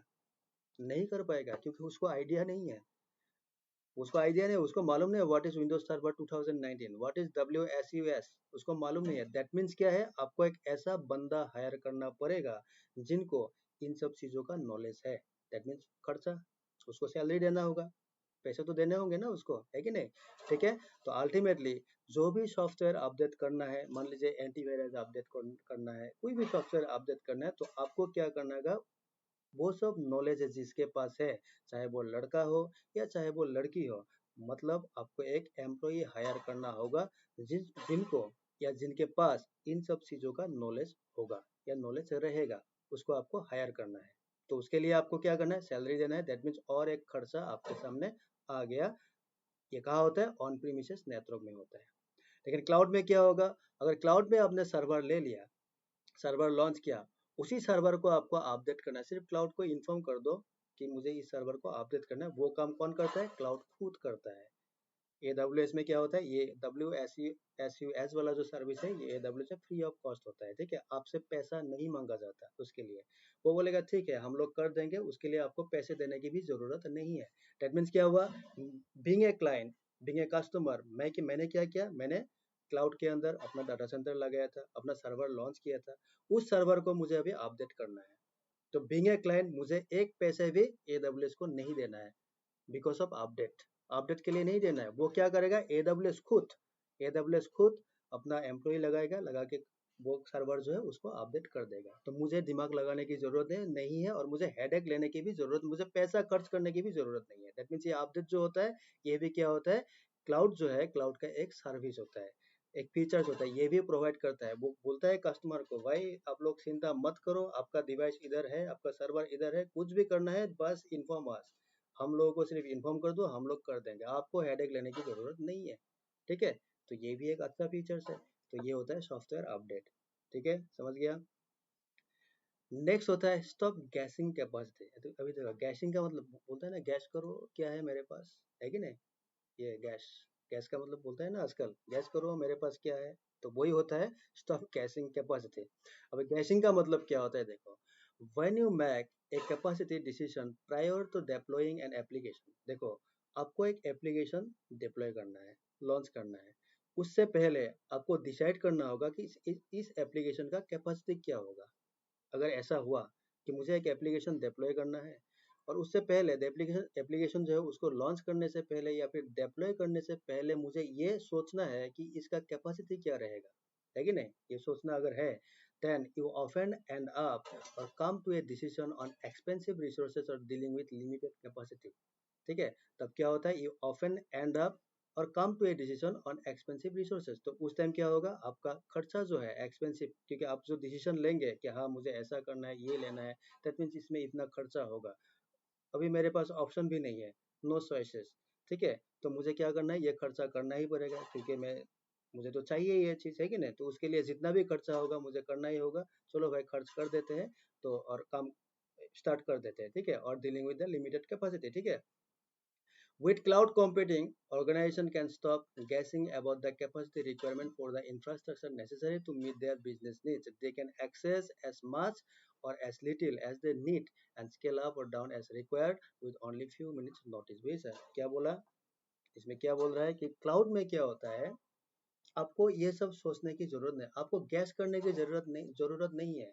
सपोज मैं क्या कहता हूँ, सपोज आपने क्या किया, देखो ऑन प्रीमिसेस में क्या होता है, सपोज ऑन प्रीमिसेस नेटवर्क में आपने सपोज आज फॉर एग्जांपल आज क्या किया, ऑन प्रीमिसेस याद है, जो फिजिकल वाला है, जहाँ सब कुछ दिखाई देता है। ठीक है, यहाँ क्या होगा, सपोज आपने क्या कर दिया, एक विंडोज 10 वाला मशीन लॉन्च किया, विंडोज 10 एग्जाम्पल दे रहा हूँ। ठीक है, विंडोज 10 ये लॉन्च हो गया, आज काम कर रहा है, विंडोज 10 चल रहा है वो। ठीक है, लेकिन आपका बिजनेस ग्रो कर रहा है, कुछ दिन बाद आपने रियलाइज किया कि ये विंडोज 10 से मेरा काम नहीं होगा, क्योंकि इसमें कुछ फीचर्स जो है वो मिसिंग है। तो मुझे क्या करना है, इसको अपग्रेड करना है विंडोज 11 में अपग्रेड करना है। ठीक है, ऐसा अपग्रेड करना है। लेकिन आपने क्या किया ऑन प्रीमिसेस में कि एक ना एक दिन मेरा बिजनेस ग्रो होगा और उस दिन हो सकता है मुझे विंडोज 11 का रिक्वायरमेंट होगा। तो इसीलिए आप, क्योंकि आप गैस नहीं कर सकते कि कल मेरा बिजनेस किस स्थिति में आएगा, मतलब किस पोजीशन पे आएगा, है ना, कौन सा पोजीशन कल रहेगा, वो आप गैस नहीं कर सकते, आज ही गैस नहीं कर सकते कि बिजनेस आपका चलेगा या नहीं चलेगा। ठीक है ना, ये आप आज गैस नहीं कर सकते। तो आपने क्या किया, नहीं मेरा बी पॉजिटिव है कि नहीं, पॉजिटिव एटीट्यूड है आपका, तो आपने क्या कर दिया, नहीं मैं एक काम करता हूँ, शुरू से मैं विंडोज 11 डाल देता हूँ, विंडोज 11 से मैं काम करता हूँ। ठीक है, कर दिया, लेकिन आपका बिजनेस क्या हुआ, कल जाके आपने जो एक्सपेक्ट किया था उस तरह से नहीं चल रहा है। तो आपने सोच लिया कि विंडोज 11 का खर्चा भी ज़्यादा है, इतना खर्च क्यों करो, चलो मैं इसको डाउनग्रेड करके विंडोज 10 करता हूँ। ठीक है ना, है कि नहीं। तो ये क्यों हो रहा है, because you can not decide, आप डिसाइड नहीं कर सकते, जिस दिन आपने लॉन्च किया था उस दिन आप डिसाइड नहीं कर सकते कि कल मेरे साथ क्या होगा, आप गैस नहीं कर सकते कि कल मेरे साथ ऐसा होगा या वैसा होगा। अगर अच्छा होगा तो ठीक है, ग्रो करेगा तो मुझे और चीज़ की रिक्वायरमेंट होगी, तब जाके मैं फिर खरीदूंगा। अगर ग्रो नहीं किया, आज तो मैंने इन्वेस्ट कर दिया, अगर ग्रो नहीं किया, अगर मेरा बिजनेस नुकसान पे गया तो क्या होगा, जो भी खर्चा किया वो तो वैसे ही गया ना, मैं तो डूब जाऊंगा, है कि नहीं। तब मुझे वापस भी नहीं करना होगा, क्योंकि सारा हार्डवेयर है, इन सब में मैंने पैसे लगाया। ठीक है, सेकेंड हैंड अगर मैंने सेल भी किया, मेरा रिटर्न भी नहीं आएगा, समझ में आया। तो स्टॉप गैसिंग कैपेसिटी का मतलब क्या है? क्लाउड बोलता है कि भाई आपको क्या करना है, आपको डाटा सेंटर चाहिए, सर्वर चाहिए, जो भी चाहिए, जितना भी अमाउंट पे चाहिए आप हमसे ले लो, आज ले लो। आप आपने ज्यादा ले लिया, ले लो, कोई बात नहीं। कल आपका बिजनेस नहीं चल रहा है मान लो, तो आपको क्या करना है, अपना सर्वर से जो भी रिसोर्सेस है उसको स्केल डाउन कर दो, डिग्रेड कर दो, ठीक है। परसों मान लो आपका और भी बिजनेस अच्छा हो गया, तो आप स्केल अप कर दो ना, फ्लेक्सिबिलिटी तो है ना, यह है कि नहीं? स्केल अप या डाउन जो भी करना है आप कर सकते हो, है कि नहीं? तो इसका मतलब क्या है, क्लाउड क्लाउड ने क्या कर दिया, उसने एलिमिनेट कर दिया कि आप गैस जो है ना, गैस करने का जो कैपेसिटी है, ये गैस करने की जरूरत नहीं है कि कल हो सकता है मेरा ऐसा होगा, तो मैं आज ही उसमें इन्वेस्ट करके ऐसा करके रख देता हूँ। ऐसा करने की जरूरत नहीं, क्योंकि बिजनेस में आपका फायदा भी हो सकता है, आपका नुकसान भी हो सकता है कि नहीं? तो इसलिए क्लाउड बोलता है कि भाई गैस मत करो, आज आपका जो रिक्वायरमेंट है उसी के बेसिस पे आप हम लोगों से सर्विसेज ले लो, रिसोर्सेज ले लो। कल अगर ज़्यादा चीज़ की रिक्वायरमेंट आया तो हमसे और भी ले लो, अगर नहीं आया आप सरेंडर कर दो, ठीक है। एटलीस्ट आपको हार्डवेयर वगैरह जो है उसमें आपको खर्चा करने की जरूरत नहीं है, आपको सिर्फ हम लोगों से सर्विसेज लेना है ना, सर्विसेज ले लो। आज जितना चाहिए ले लो, पैसे दे दो घंटे के हिसाब से, है कि नहीं? कल और चाहिए और भी ले लो, घंटे के हिसाब से पैसे दे दो। परसों आपको इतना रिक्वायरमेंट नहीं है, आप सरेंडर कर दो, स्केल डाउन कर दो, घंटे के हिसाब से पैसा भी कम हो जाएगा, है कि नहीं? तो वही होता है गैसिंग कैपेसिटी, ठीक है। आपको गैस करने की जरूरत नहीं है कि कल मेरे साथ क्या होगा, अच्छा होगा या बुरा होगा, ठीक है। तो वही होता है स्टॉप गैसिंग कैपेसिटी। नेक्स्ट होता है इंक्रीज स्पीड एंड एजाइलिटी। ये क्या होता है, in cloud computing new IT resources are one click away, which allows organization to reduce the time it takes to make those resources available to developers from weeks to just minutes। मतलब जो भी है, increase इसमें speed भी तो हो गई, और एजाइलिटी का मतलब क्या है, फ्यू क्लिक्स, ठीक है, एक दो क्लिक में जो भी डेवलपर्स वगैरह जो भी है, जिसको जो चाहिए उसको इमीडिएटली उसमें अवेलेबल सब कुछ मिल जाता है, ठीक है। सब रिसोर्सेज उसके सामने होता है, वो आराम से यूज कर सकता है, ठीक है। हो गया। This results increase in speed and agility for the organization because the cost and time it takes to experiment and develop is significantly lower। क्योंकि देखो इसमें जो भी कॉस्ट होगा वो भी कम है, खर्चा कम है कि नहीं? क्योंकि आप तो रेंट पे ले रहे हो ना, तो रेंट पे खर्चा कम होगा, ठीक है। और उसके बाद उसमें क्या होगा, जो स्पीड है इसका, स्पीड मतलब काम करने का जो स्पीड होगा, या उसमें जो टाइम हम इन्वेस्ट करने वाले हैं वो भी क्या होगा, फास्ट होगा। क्योंकि ऑल चीज ऑल ऑल द मतलब ऑल द कंपोनेंट्स, जो भी कंपोनेंट्स है, ऑल द रिसोर्सेज जो भी है वो हमारे सामने अवेलेबल है, हमें सिर्फ क्लिक करना है कि मुझे ये चाहिए, क्लिक करो उसको यूज करो, ठीक है ना। आपको दिमाग लगाने की जरूरत नहीं है कि मुझे आज क्विक हिल एंटीवायरस खरीदना है, तो क्विक हिल से कांटेक्ट करो, या फिर किसी भी कंप्यूटर शॉप में जाके क्विक हिल एंटीवायरस पहले खरीदो, उसका सीडी या डीवीडी लेके आओ, उसको डालो, क्विक हिल इंस्टॉल करो, उसके बाद ऑनलाइन आके क्विक हिल को आप रजिस्टर करो, उसका सीडी की डाल के, है कि नहीं? इतना दिमाग लगाने की जरूरत नहीं, इतना हेडेक लेने की भी जरूरत नहीं, वो सब कुछ है उधर, आपके सामने सब कुछ दिखाई देगा कि आपको ये चाहिए, चलो क्लिक करो और ले लो, ठीक है ना। तो इसमें क्या होता है, काम फास्ट होता है, ठीक है। हो गया। नेक्स्ट होता है डाटा एक्सेसिबिलिटी। दैट मीन्स क्या, when business teams can access, edit and share documents any time. इसमें क्या होता है, बिजनेस मतलब अगर मेरा डाटा जो है क्लाउड के अंदर है, तो उसमें मैं क्या कर सकता हूँ, जब भी मेरा मर्जी मैं उस डाटा को एडिट कर सकता हूँ, मैं एक्सेस कर सकता हूँ, मैं शेयर कर सकता हूँ फ्रॉम एनीवेयर, ठीक है, फ्रॉम एनीवेयर, किसी भी लोकेशन से, ठीक है। They are able to be do more efficiently with high performance, ठीक है। with cloud computing you have got an internet connection, you can be at work, ठीक है। मतलब ये बोला गया है, क्लाउड कंप्यूटिंग में क्या है, सिर्फ आपको एक जरूरत है इंटरनेट कनेक्शन की। आपके पास इंटरनेट है, that means you are the king, आप किंग हो, ठीक है। आप किंग, किंग का मतलब क्या है, आप कहीं भी रह सकते हो, आप गांव में हो, शहर पे हो, कहीं तालाब के अंदर हो, समुद्र के बीच में हो, कहीं भी हो, सिर्फ आपको इंटरनेट चाहिए। अगर आपका इंटरनेट रीचेबिलिटी है, दैट मीन्स आपका क्लाउड जो है, क्लाउड क्लाउड में जो भी आपका डाटा है, आप कुछ भी कर सकते हो उसके साथ, ठीक है। ऐसा नहीं है कि मैं तो अभी मेरा डाटा कहाँ है, मान लो यूएसए में है, मैं तो इंडिया में हूँ, ठीक है, मैं कैसे एक्सेस करूँ, ऐसा नहीं होता है, ठीक है। तो आपके पास एक इंटरनेट चाहिए, अगर आपके पास इंटरनेट है, that means you can access your data from anywhere across the world, ठीक है। ये धरती जो है, धरती के आप किसी भी कोने में रहेंगे, किसी भी कोने से आप अपना डाटा एक्सेस कर सकते हो, बस आपको सिर्फ एक इंटरनेट कनेक्शन की जरूरत है अपने साथ, ठीक है। वो होता है डाटा एक्सेसिबिलिटी। सिक्योरिटी क्या है ये भी इम्पोर्टेंट है, क्योंकि देखो ऑन प्रीमिसेस नेटवर्क जो होता है ना, ऑन प्रीमिसेस क्या है, जिसको हम देख सकते हैं, है ना, फील टच कर सकते हैं, उसमें क्या होता है, देखो ऑन प्रीमिसेस नेटवर्क में जो कंपनीज होता है वो खुद डिसाइड करता है कि हम लोगों को ये फायरवॉल लगाना है सिक्योरिटी के लिए, ये एनक्रिप्शन मेथड डालना है, ये एनक्रिप्शन प्रोटोकॉल डालना है, ठीक है ना, ऐसा।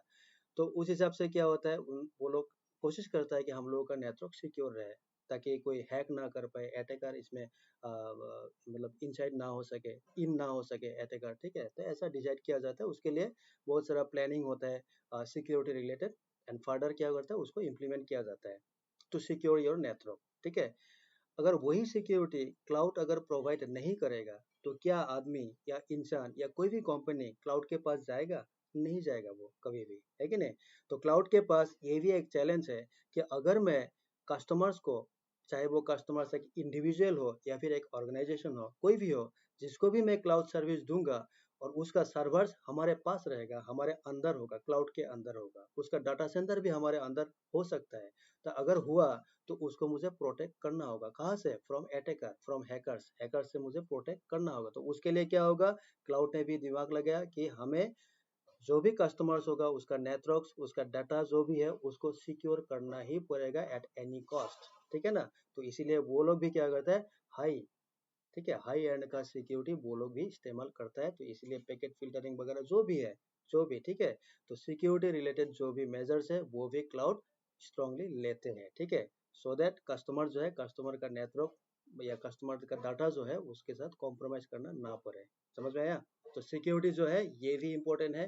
क्लाउड जो है, क्लाउड, क्योंकि ये एक क्वेश्चन हो सकता है ना कि मैंने आपके पास तो मैंने अपना डाटा रख दिया, सेंसिटिव सर्वर रख दिया, उसमें मेरा कॉन्फिडेंशियल डाटा है, अगर किसी ने हैक कर लिया तो क्या होगा, है कि नहीं? तो ये क्लाउड का रेस्पॉन्सिबिलिटी है कि आपका कॉन्फिडेंशियल डाटा जो है उसको प्रोटेक्ट करे, ठीक है। तो इसीलिए क्लाउड भी क्या करता है, स्ट्रॉन्ग मेजर्स ऑफ सिक्योरिटी इस्तेमाल करता है कि आपका नेटवर्क जो है, आपका डाटा जो है वो हाईली सिक्योर रहे।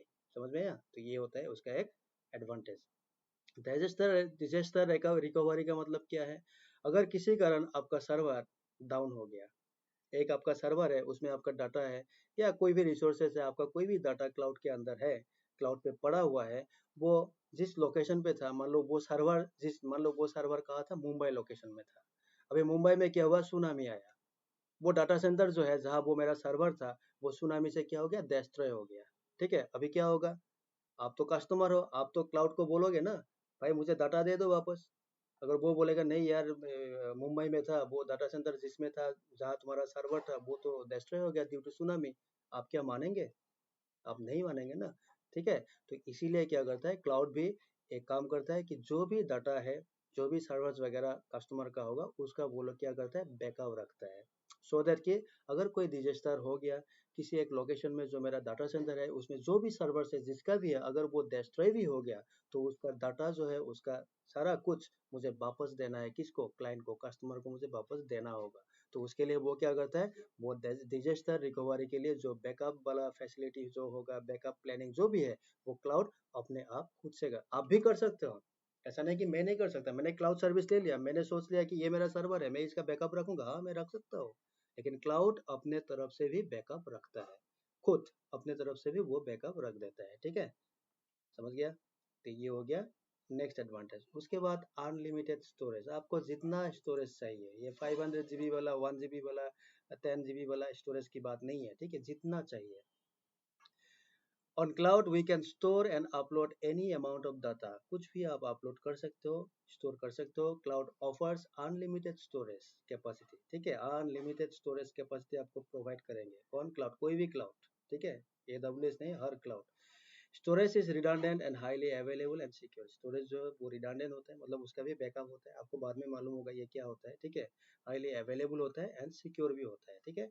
It can be configured for public और प्राइवेट यूज, ये पब्लिक यूज के लिए भी यूज कर सकते हो, प्राइवेट यूज के लिए भी यूज कर सकते हो। मान लो एक स्टोरेज में तुम्हारा डाटा है, वो पब्लिक, कोई भी इंसान उसको एक्सेस कर सकता है।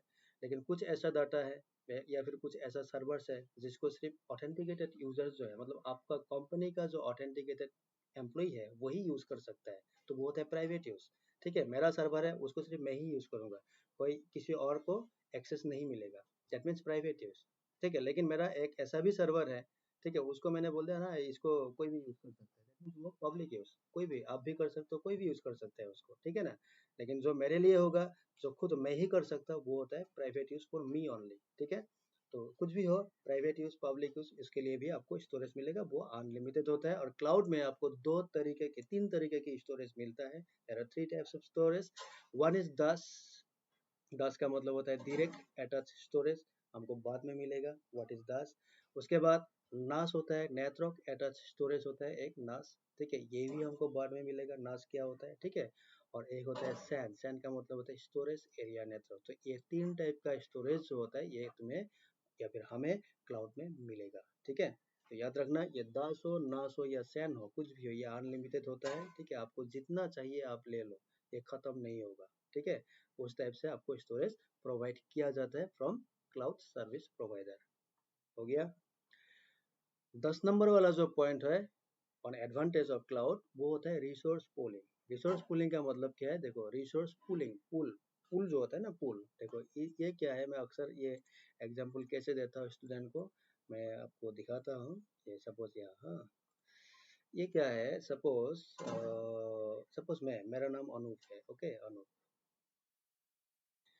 एंड मान लीजिए मैं क्या हूँ, मैं वाटर सर्विस प्रोवाइडर हूँ, WSP, that means water service provider. मैं पानी देता हूँ, पानी सप्लाई करता हूँ, ठीक है।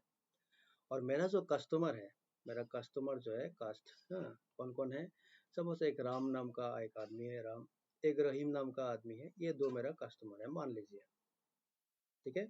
राम और रहीम ये मेरा कस्टमर है। अभी क्या है, राम जो है, राम का क्या रिक्वायरमेंट है, इसको डेली 1 लीटर पानी चाहिए, डेली 1 लीटर। और रहीम जो है, इसको डेली 2 लीटर पानी चाहिए, ये उसका रिक्वायरमेंट है। एंड वो मेरा क्या है, कस्टमर है। और अनूप को उसने बोल दिया कि अनूप, राम ने बोला मुझे डेली 1 लीटर पानी चाहिए, और रहीम ने बोला कि मुझे डेली 2 लीटर पानी चाहिए। तो अनूप का काम क्या है, डेली वो मॉर्निंग आता है, आके क्या करता है, वो राम को 1 लीटर वाला पानी बोतल जो है वो दे के जाता है। उसके बाद अनूप रहीम के पास जाता है, उसको बोलता है भाई आपका 2 लीटर वाला बोतल ले लो। हो गया, तंग आ गया, अनूप तंग आ गया कि ऐसा रोज रोज कौन जाएगा, इतना सारा कस्टमर है, मतलब 1000 2000 कस्टमर्स है, सबके पास अगर मैं ऐसे पानी का बोतल लेके जाऊंगा, मेरा टाइम भी वेस्ट होता है कि नहीं। तंग आ गया वो। तो अनूप ने क्या किया, दिमाग लगाया। क्या दिमाग लगाया, उसने बोला कि एक काम करता हूँ, सपोज ये राम और रहीम जो है जिस एरिया में है, ये जिस एरिया में है उसका नियरेस्ट पे, ठीक है, उसका नियरेस्ट जो भी एरिया है, ठीक है, उसमें मैं क्या करता, एक एक में तालाब बना देता, तालाब। तालाब का मतलब जो हम इंग्लिश में क्या बोलते हैं, पॉन्ड। एक पॉन्ड लगाता हुआ किसका, पानी का, इसमें वाटर है। और ये क्या है, फिल्टर्ड वाटर, ठीक है, ऐसा वैसा पानी नहीं है, फिल्टर, ये फिल्टर्ड वाटर है, फिल्टर वाटर, साफ सुथरा पानी है, ठीक है। अभी मैंने क्या कर दिया, अनूप आया राम के पास, रहीम के पास भी गया कि सर आप लोग एक काम करो, मैं कल से आपके पास 1 लीटर या 2 लीटर वाला पानी बोतल लेके नहीं आने वाला, नहीं आऊंगा। आप लोग जहाँ रहते हो उससे अराउंड 100 मीटर डिस्टेंस में नियरेस्ट है, वहाँ मैंने एक तालाब खोल दिया, एक पॉन्ड खोल दिया, जो कि फिल्टर वाटर है, उसमें बिल्कुल शुद्ध पानी है, साफ सुथरा पानी है, ये ठीक है, प्यूरिफाइड वाटर है। आपको वहाँ जाना है, आपको जितना मर्जी, आपको 1 लीटर चाहिए उसी तालाब में से आप 1 लीटर लेके आओ, 2 लीटर चाहिए उसी में से आप 2 लीटर लेके आओ, पियो। अगर आपको 2 लीटर कम हो गया, मान लीजिए और आधा लीटर की जरूरत है, आप फिर से जाओ उसके पास, जाके उसी पॉन्ड से आधा लीटर फिर ले लो, ठीक है, आप पियो। समझ में आया ना, समझ में आया। तो ये होता है रिसोर्स पूलिंग का मतलब क्या है, देखो इसमें मेरा रिसोर्स जो है वाटर, फुल ऑफ वाटर है, मैंने कस्टमर को सिर्फ बोला भाई आपका जो भी रिक्वायरमेंट है उस पॉन्ड के पास जाओ और आप ले लो, ठीक है। तो यही होता है क्लाउड में भी। क्लाउड में क्या होता है, रिसोर्स का मतलब हो गया रिसोर्स, वो तो पता ही है आपको रिसोर्स क्या है, ठीक है। तो क्लाउड में क्या होता है, रिसोर्स पूलिंग, पूलिंग का मतलब पूल, उसमें रिसोर्स का पूल रहेगा, कोई भी रिसोर्स आपको जो भी चाहिए, वट एवर यूनिट, आपको जो भी चाहिए हर चीज वहाँ अवेलेबल है, हर चीज अवेलेबल है, आपको सिर्फ वहाँ से यूज करना है। आपको हार्ड डिस्क चाहिए, रैम चाहिए, ऑपरेटिंग सिस्टम चाहिए, एप्लीकेशन चाहिए, सॉफ्टवेयर चाहिए, डाटाबेस चाहिए, कुछ भी चाहिए, VPN चाहिए, कुछ भी, एनीथिंग, जो भी आपको चाहिए सबका उसमें पूल मतलब पूल जैसा स्ट्रक्चर है उसमें, पूल जैसा है, ठीक है, उसमें हर चीज अवेलेबल है, आपको जो चाहिए आप सिर्फ वहां से यूज करो, ठीक है। वही होता है रिसोर्स पूलिंग, ठीक है, हो गया। नेक्स्ट होता है फोकस ऑन बिजनेस डिफरेंशिएटर्स। ये क्या होता है? Cloud computing allows organisations to focus on their business's priorities instead of investing and planning on heavy racking मतलब जो रैक बनाता है, stacking स्विच में जो कॉन्सेप्ट होता है stacking power servers, this reduces investment and time both to run and maintain data centers। वही है, वही कहानी है, ठीक है। वही कहानी का मतलब क्या है? क्लाउड वही बिजनेस रिलेटेड क्या होता है? सपोज क्लाउड लेने से हम लोगों का क्या फायदा हो रहा है कि क्लाउड अगर आपने ले लिया तो आपको ये जो रैक वगैरह है जहाँ पे हम लोग राउटर स्विचेस वगैरह डिवाइस वगैरह रखते हैं उसके लिए प्लानिंग करने स्टैकिंग वगैरह करने की जरूरत नहीं है। सर्वर्स के नाम पे सर्वर्स का पावरिंग सिस्टम जो भी है, अभी सर्वर लगाया आपने, राउटर लगाया, उसमें पावर भी तो लगाना है कि नहीं? इलेक्ट्रिशियन को भी बुलाना होगा, है कि नहीं? तो ये जो भी खर्चा होता है ये सारा खर्चा तुम्हारा क्या करता है? हम लोगों का सेव करता है क्लाउड, ठीक है। तो ये एक बेनिफिट हो गया। नेक्स्ट होता है गो ग्लोबल इन मिनट्स, ठीक है। इसका मतलब कि it allows organisation to deploy their application to multiple location across the world and to deliver lower latency better experiences to their customers at minimum cost, ठीक है। इसका मतलब ये है क्लाउड जो है वो क्या अलाउ करता है, जो भी ऑर्गेनाइजेशन है या फिर इंडिविजुअल जो भी है उसको अलाउ करता है कि आप डिप्लॉय करो, अपना एप्लीकेशन डिप्लॉय करो to multiple locations across the world, ठीक है। क्योंकि देखो क्लाउड क्या है? क्लाउड क्लाउड तो ये जो सिंबल आप देख रहे हो इसमें क्या है? इसमें होल वर्ल्ड है, होल वर्ल्ड, इसमें पूरा वर्ल्ड इसके अंदर है, ठीक है। ये AWS हो गया मान लीजिए। तो इस कहने का मतलब क्या है? AWS का जो नेटवर्क है कहाँ है? इंडिया में भी है, ठीक है, वो USA में भी है, वो सिंगापुर में भी है, ठीक है, वो पाकिस्तान में भी है, हर जगह इसका नेटवर्क है, ठीक है। अभी अगर मुझे एक सर्वर लॉन्च करना है, सपोज मुझे 2 सर्वर चाहिए, तो मैं क्या कर सकता हूँ? इंडिया जो है इसमें मैं एक सर्वर लॉन्च कर दिया, और मान लीजिए सिंगापुर जो है इसमें मैंने एक सर्वर लॉन्च कर दिया। दैट मीन्स व्हाट कि मैंने मल्टीपल सर्वर लॉन्च किया इन multiple location across the world. India में एक किया, एक मैंने सिंगापुर में किया। मैं कर सकता हूँ क्योंकि AWS को मैं पैसे दे रहा हूँ, उन लोगों से मुझे अकाउंट मिल चुका है। अकाउंट कैसे क्रिएट करते हैं हम लोग बाद में देखेंगे, ठीक है। आपको लैब जब करना होगा आपको अकाउंट क्रिएट करके लैब करना होगा AWS में, ठीक है। तो यही कहानी है कि आप मल्टीपल लोकेशन में मल्टीपल काम कर सकते हैं। और उसमें क्या होता है? डिलीवरी जो लेटेंसी बहुत कम है। लेटेंसी का मतलब क्या है? जो एक्सेस करने जाएंगे आप, कितना टाइम लेगा वो, ठीक है। लेटेंसी का मतलब वो होता है, लेटेंसी मतलब जैसा जैसा मैं एक चीज दिखाता हूँ आपको। सपोज फॉर एग्जांपल मैंने यहाँ कंट्रोल ये कर दिया, रुको, हाँ, कंट्रोल आर, चलो विंडोज आर CMD ये मार दिया। अभी देखो मेरे पास यहाँ IP नहीं है, मैं क्या करता हूँ? पिंग 127.0.0.1 ये मैंने पिंग कर दिया 1। ये क्या है? लूप बैक IP एड्रेस है, जिसने CCNA क्या होगा मालूम होगा। एंटर मारो, एंटर। देखो ये जो है ये क्या बोल रहा है? ये रिप्लाई तो मिला, TTL वगैरह पता होगा सर, बाइट्स वगैरह जो भी। इसमें देखो टाइम क्या लिखा है? टाइम इज इक्वल मतलब लेस देन 1 मिली सेकेंड, है ना? Less than 1 milli, that means what इसी को बोलता है लेटेंसी। मतलब लेस देन 1 मिली सेकेंड में आपको रिप्लाई मिला। रिप्लाई फ्रॉम जो आया ना, जिसको आपने पिंग किया था 127.0.0.1, उसमें रिप्लाई कितने में आ रहा है? लेस देन 1 मिली सेकेंड, ठीक है। मतलब 1 मिली सेकेंड भी उसने टाइम नहीं लिया, तो इसी को बोलते हैं लेटेंसी, ठीक है। तो लेटेंसी वही होता है। सपोज मैंने यहाँ से सपोज facebook.com ओपन किया, www.facebook.com, कहाँ से किया? गुवाहाटी से किया।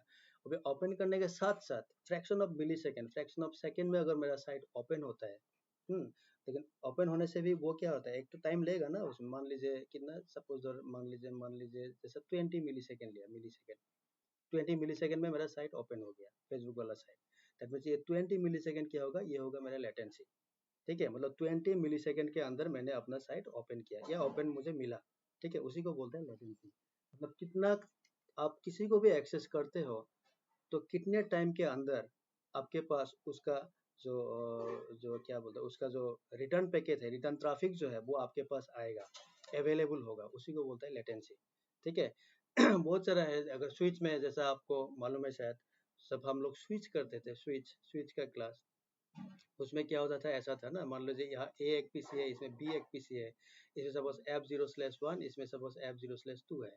सपोज तुमने A से B को कुछ भेज दिया तो क्या होगा? ट्रैफिक यहाँ पर आएगा F01, यहाँ से आउट होगा, है कि नहीं? ऐसे आउट होगा, तो यहाँ क्या होगा? इन होगा। तो ये इन जो है, इन से आउट आने में जो टाइम लेता है इसी को क्या बोलते हैं? लेटेंसी।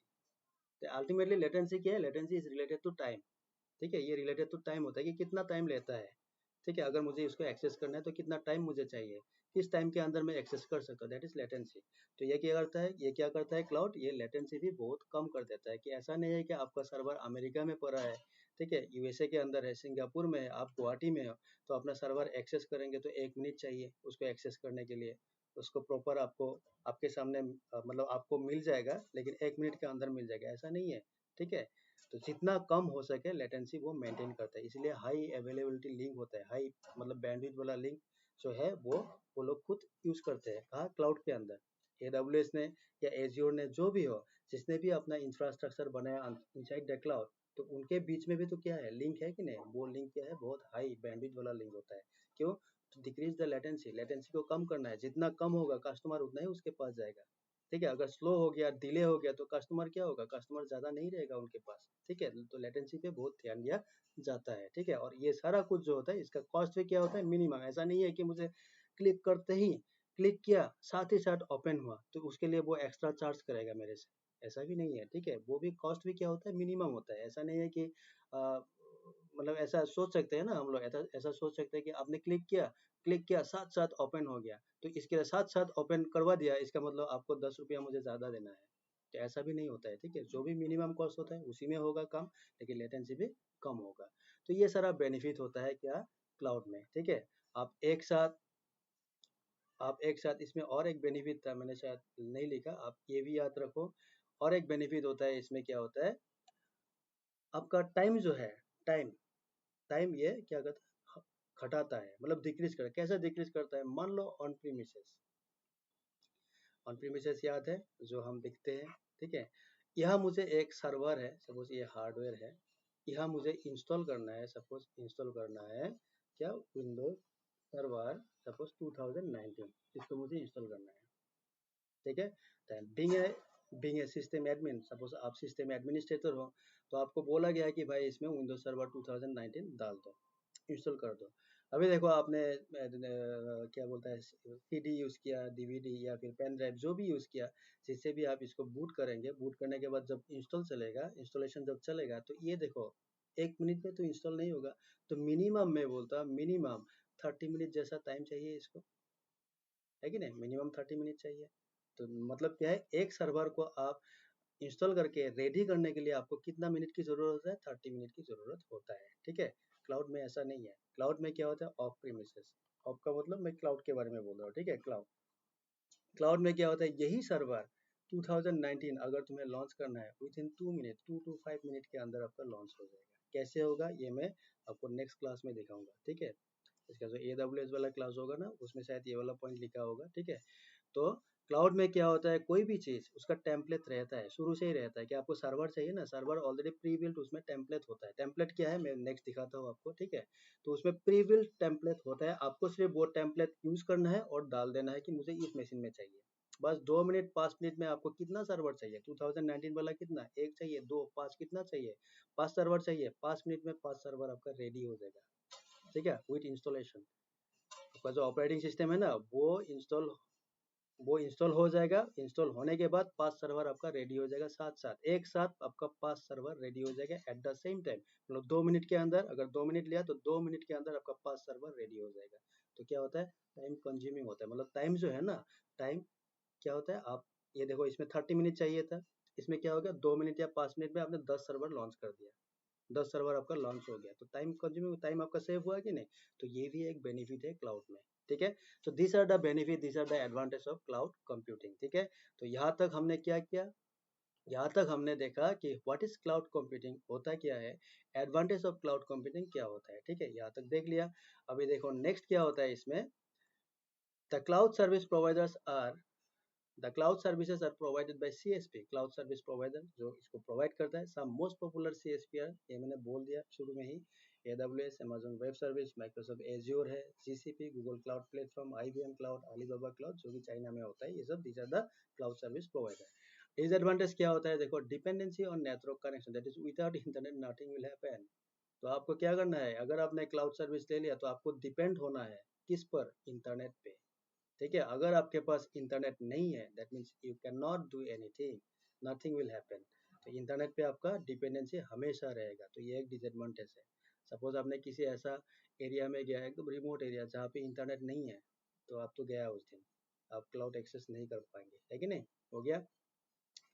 नेक्स्ट हो गया lack of support, that is every CSP cloud service provider provides different services and there are chances to providing support may not be same for all CSP and some may be very good, some may not, may take time to provide support। मतलब क्या होता है इसमें, देखो suppose lack of support का मतलब क्या, मान लो आपने AWS का सर्विस लिया है, ठीक है। अभी आपको किसी काम से सपोर्ट की जरूरत है फ्रॉम AWS। अभी AWS हो सकता है बहुत अच्छा हो, आपने मेल किया, हाँ कॉल रेज किया, ठीक है, टिकट बुक किया, साथ ही साथ AWS से मैसेज आया क्या प्रॉब्लम है बोलो, we are ready to support you, ठीक है। लेकिन कोई कोई सर्विस प्रोवाइडर ऐसा भी हो सकता है कि आपने आज मेल किया, आपको रिप्लाई आया कल, या फिर मैसेज रिप्लाई एक दे दिया कि आपका कॉल जो है इसको रिजॉल्व किया जाएगा या फिर सॉल्व किया जाएगा विद इन 24 आवर्स, 24 घंटे के अंदर किया जाएगा। तो कुछ सर्विस प्रोवाइडर इन मामलों में क्या होता है, स्लो भी हो सकता है, इमीडिएट आपको सपोर्ट प्रोवाइड नहीं भी कर सकता है, ठीक है। तो ये भी क्या होता है, एक डिसएडवांटेज होता है। अगर क्लाउड का सर्विस आपने ले लिया, दैट मीन्स कोई भी क्लाउड सर्विस प्रोवाइडर जो भी आपने, मान लो मैंने AWS ले लिया, आपने एज्योर का ले लिया, ठीक है। तो हमें देखना पड़ेगा कि किसका सर्विस अच्छा है, ठीक है, सपोर्ट सिस्टम किसका अच्छा है, सबका अलग अलग होता है। AWS हो सकता है इमीडिएटली आपको रेस्पॉन्ड करे, हो सकता है एज्योर जो है वो भी आपको इमीडिएटली रेस्पॉन्ड करे, हो सकता है कोई और सर्विस प्रोवाइडर है जो आपको इमीडिएटली रेस्पॉन्ड ना भी कर सकता है, ठीक है। तो हर किसी का टाइमिंग अलग अलग होता है, ठीक है सर, समझ गया। ठीक है सर, मैं आसामी से इसलिए बीच में ठीक है सर निकल जाता है, ठीक है। हो गया। नेक्स्ट होता है the services provided bye AWS may not be the same provided by the azure cloud, and ये भी एक डिसएडवांटेज है। अभी मान लीजिए मैंने AWS क्लाउड लेके रखा है एंड आज मैं खुश नहीं हूँ, I am not happy with AWS services, ठीक है, मैं खुश नहीं हूँ और मैं क्या चाहता हूँ, मैं माइग्रेट करना चाहता हूँ कि I want to change my service provider. मेरा जो सर्विस प्रोवाइडर है उसको मैं चेंज करना चाहता हूँ कि मैं माइग्रेट करना चाहता हूँ फ्रॉम AWS टू एज्योर। अभी प्रॉब्लम उसमें भी आएगा, क्या प्रॉब्लम आएगा कि AWS में जो भी मुझे सर्विसेज मिलता था, हो सकता है वो सारा सर्विस एज्योर में अवेलेबल नहीं है, ऐसा भी तो हो सकता है कि नहीं, एज्योर में भी तो होना चाहिए। तो इसीलिए इन सब मामलों में जब हमें चेंज करना है, तो इन सब मामलों में हमें स्टडी करना होगा कि जो जो सर्विस मेरे पास फिलहाल है, ये सर्विसेज मुझे उस वेंडर में मिलेगा कि नहीं, उस सर्विस प्रोवाइडर में मुझे मिलेगा कि नहीं जहां मैं जाने वाला हूँ, समझ में आया, ठीक है। तो वही बोला, the services provided bye AWS may not be the same provided by azure cloud. तो हर क्लाउड का सर्विसेज ऑलमोस्ट सेम ही होता है, लेकिन कुछ कुछ क्लाउड है, कुछ सर्विसेज दे दिया कि ये सर्विसेज हम लोगों का, लेकिन हो सकता है वही सर्विसेज तुम्हें किसी और क्लाउड सर्विस प्रोवाइडर में ना मिले, ठीक है। तो ऐसा जब माइग्रेशन होगा, अगर चेंज करना है तो उस टाइम हमें देखना पड़ेगा। So this are the disadvantage of cloud computing. Okay, next देखो vendor lock in. Vendor lock in क्या होता है, देखो वेंडर लॉक इन ये भी एक प्रॉब्लम ही है। क्या होता है देखो, when an organisation transfer services from one vendor to another vendor, मतलब सपोज मैं पहले AWS में था, अभी मुझे एज्योर में जाना है, ठीक है, वही बोला ट्रांसफर, ठीक है, मैं सर्विसेज ट्रांसफर कर रहा हूँ फ्रॉम AWS टू एज्योर, ठीक है। द ऑर्गेनाइजेशन में face many problem since different vendors provide different platform and services. तो तब क्या होगा, जो ऑर्गेनाइजेशन है मतलब मैं, I can face many problems, क्यों, क्योंकि मेरा प्लेटफॉर्म अलग होगा। AWS में प्लेटफॉर्म अलग था, सर्विसेज अलग थे, है कि नहीं। एज्योर में वो प्लेटफॉर्म मुझे मिले कि ना मिले, नहीं भी मिल सकता है कि नहीं। तो ये सारा प्रॉब्लम आ सकता है उस टाइम। तो इसलिए बोला it is not easy to transfer data from one CSP to another CSP so easily. So this is not easy कि AWS से मैं डाटा तुरंत एज्योर में लेके जाऊँ एक ही रातों रात। मैं जितना भी चीज है, जो भी सर्विसेज वगैरह डाटा वगैरह है, उसको मैं रातों रात AWS से एज्योर लेके जाऊँ, ये इतना इजी नहीं है। एक ही रात के अंदर की, मतलब एक रात के बात नहीं है, एक रात की बात नहीं है ये, ठीक है। Who will be responsible to extract data from databases and what will be the format of data in the new CSP? कौन निकालेगा। AWS में मान लो तुम्हारा डाटा है, हम लोगों का डाटा है, उसको मुझे एक्सट्रैक्ट करना है सपोज, तो हु इज द रेस्पॉन्सिबल, मैं करूंगा या क्लाउड खुद करेगा, ठीक है। उसके बाद उसको मैं क्लाउड एज्योर में लेके जाऊंगा।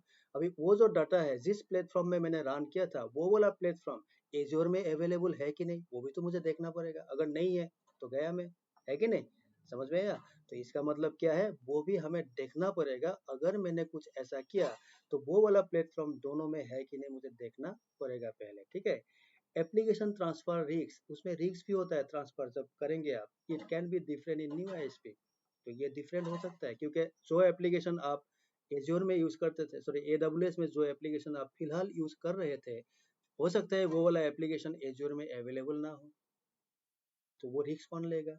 वो आपको रिस्क लेके करना पड़ेगा क्योंकि it can be different at every ISP, ISP not CSP, cloud service provider, ठीक है। नेक्स्ट होता है knowledge of admin. Suppose currently he or she is working in AWS, the vendor is changed to Azure, meaning he or she must know Azure also। समझ में आया? तो इसमें क्या, जो एडमिन होगा, जो क्लाउड एडमिनिस्ट्रेटर होगा, उसको भी नॉलेज चाहिए। सपोज मैं क्लाउड एडमिन हूँ, आज मैं AWS में काम कर रहा हूँ, कल मेरा जो ऑर्गेनाइजेशन है वो ट्रांसफर कर दिया सब चीज कहाँ पे, एज्योर पे ट्रांसफर कर दिया। अभी मुझे किसका नॉलेज है? मुझे तो AWS का नॉलेज है, एज्योर का नॉलेज तो मेरे पास है नहीं, था नहीं। तो अभी अगर मेरा पूरा चीज जो भी डाटा वगैरह सर्वर वगैरह है सब कुछ अगर माइग्रेट हो गया इनटू एज्योर, दैट मीन्स मुझे क्या चाहिए, मुझे एज्योर का भी नॉलेज चाहिए, तब जाके मैं एज्योर में काम कर सकता हूँ, अदरवाइज नहीं कर पाऊंगा, है कि नहीं। That means knowledge of admin, administrator जो है उसको भी नॉलेज चाहिए। अगर तुम्हें एक से दूसरे पे जाना है तो दोनों का नॉलेज तुम्हारे पास होना चाहिए, ठीक है। ये भी एक है, इतना इजी नहीं है ये सब मिल पाना, ठीक है। नेक्स्ट होता है cost, can be another factor, खर्चा भी हो सकता है। एडब्ल्यूएस में आपने जितना खर्चा किया था, हो सकता है एज्योर में जब जाएंगे उसी सर्विस के लिए, उसी रिसोर्स के लिए उसका खर्चा जो है वो ज्यादा हो, कम भी हो सकता है, ज्यादा भी हो सकता है। तो cost can be an another factor also, ठीक है। एंड टेक्निकल कॉम्पेटिबिलिटीज ऐसा था, टेक्निकल कॉम्पेटिबिलिटी मतलब वही कॉम्पेटिबल आपको मिलेगा कि नहीं। आपने यहाँ कुछ किया था टेक्निकली, जो भी उसके लिए आपको टेक्निकली कॉम्पेटिबिलिटी जो भी मिला था, वो कॉम्पेटिबिलिटीज जो है वो आपको एज्योर में मिलेगा कि नहीं। तो ये सारा रिस्क फैक्टर होता है जब भी हम क्या करते हैं, वेंडर लॉक इन। तो याद रखना वेंडर लॉक इन जो है, लॉक इन का मतलब क्या है, वेंडर लॉक हो जाता है मजबूरन, वो फंस जाता है, ट्रैप, मतलब एक ट्रैप के अंदर चला जाता है जब वो एक क्लाउड सर्विस प्रोवाइडर लेता है। सपोज मैं आज AWS ले लिया, अगर कल मैं खुश नहीं हूँ, उस टाइम मुझे चेंज करना है, मतलब एज्योर पे जाना है या गूगल पे जाना है, तब क्या होता है मेरे पास, मेरे सामने ये सारा प्रॉब्लम आ सकता है।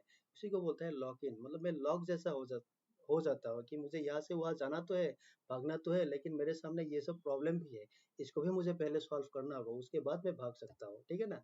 उसी को बोलते हैं वेंडर लॉक इन, ठीक है, हो गया। तो ये सब बिल्कुल बेसिक टॉपिक्स है, बेसिक कहानी है क्लाउड का, ठीक है। अभी नेक्स्ट आएगा क्लाउड कंप्यूटिंग आर्किटेक्चर, ज्यादा नहीं है और थोड़ा है, ज्यादा वो नहीं है, ठीक है। तो ये जो भी हम लोग अभी डिस्कस कर रहे हैं, this is about cloud computing, this is not about azure, this is not about AWS। समझ में आया ना? ये उन लोगों के लिए है जो बिगिनर्स हो आप लोग, ठीक है, जिनको क्लाउड का नॉलेज नहीं है, थोड़ा बहुत नॉलेज, तो आप लोगों को ये थोड़ा सा नॉलेज दिया गया है, ठीक है, कि आप लोग समझो कि व्हाट इज क्लाउड, क्लाउड में क्या बेनिफिट हो सकता है, तो क्लाउड में क्या कहानी है, क्या कहानी नहीं है, और लोग क्यों क्लाउड में जा रहा है, क्लाउड ऐसा क्या है क्लाउड के अंदर जो लोग कंपनीज जो है वो भाग रहा है क्लाउड की तरफ। तो मेन कारण क्या है, मेन कारण तो वही है ना, पैसा बचाना है ना, खर्चे बचाना है, तो वो एक मेन कारण हो गया। फ्लेक्सिबिलिटी वो एक दूसरा कारण हो गया, है कि नहीं, फ्लेक्सिबल है, आप जो चाहे करो, स्केल अप करो या स्केल डाउन करो, वो एक बहुत बड़ा बेनिफिट होता है, ठीक है ना। तो ये सब होता है बेसिक कॉन्सेप्ट ऑफ क्लाउड, ठीक है। नेक्स्ट होता है cloud computing architecture, okay, okay fine. अभी देखो क्लाउड कंप्यूटिंग आर्किटेक्चर।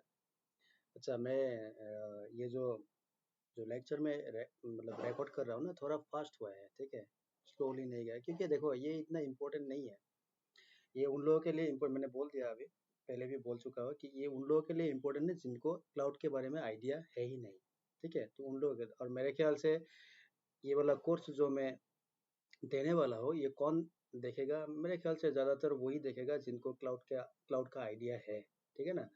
तो जिनको नहीं है लेकिन नेटवर्क का आइडिया है, तो वो लोग आई थिंक इमीडिएटली वो क्या कैच कर सकता है, ठीक है ना। तो उसके लिए थोड़ा सा फंस गया क्योंकि बड़ा है ना, ठीक है। तो उसके बाद वाला जब AWS स्टार्ट कर तब स्लोली, आराम से स्लोली कराऊंगा, ठीक है ना, हो गया। तो अभी देखो क्लाउड कंप्यूटिंग आर्किटेक्चर जो है उसमें क्या होता है, it is composed of two part, दो पार्ट इसमें होता है, एक होता है फ्रंट एंड, एक होता है बैक एंड। फ्रंट एंड क्या होता है? फ्रंट एंड का मतलब होता है it is use by client, client का मतलब कौन, हम लोग, ठीक है, we can use, contains all interfaces and application used in the client side to access cloud platform application can be software, cloud platform application can be software or platform that a client wants to access. Meaning क्या है, front end cloud computing architecture जो होता है उसमें दो part होता है, एक होता है फ्रंट एंड, एक होता है बैक एंड। तो फ्रंट एंड में कौन होता है, हम लोग होते हैं, क्लाइंट, ठीक है। वो सारा इंटरफेसेस होता है, वो सारा एप्लीकेशन होता है जिसको जो क्लाइंट साइड में होता है टू यूज द एप्लीकेशन, ठीक है। अगर आपको क्लाउड प्लेटफॉर्म यूज करना है, एप्लीकेशन यूज करना है, तो उस टाइम में क्लाउड हमको जो भी प्रोवाइड करता है, हम क्लाइंट जो यूज करते हैं उसी को बोलता है फ्रंट एंड साइड, ठीक है, हो गया।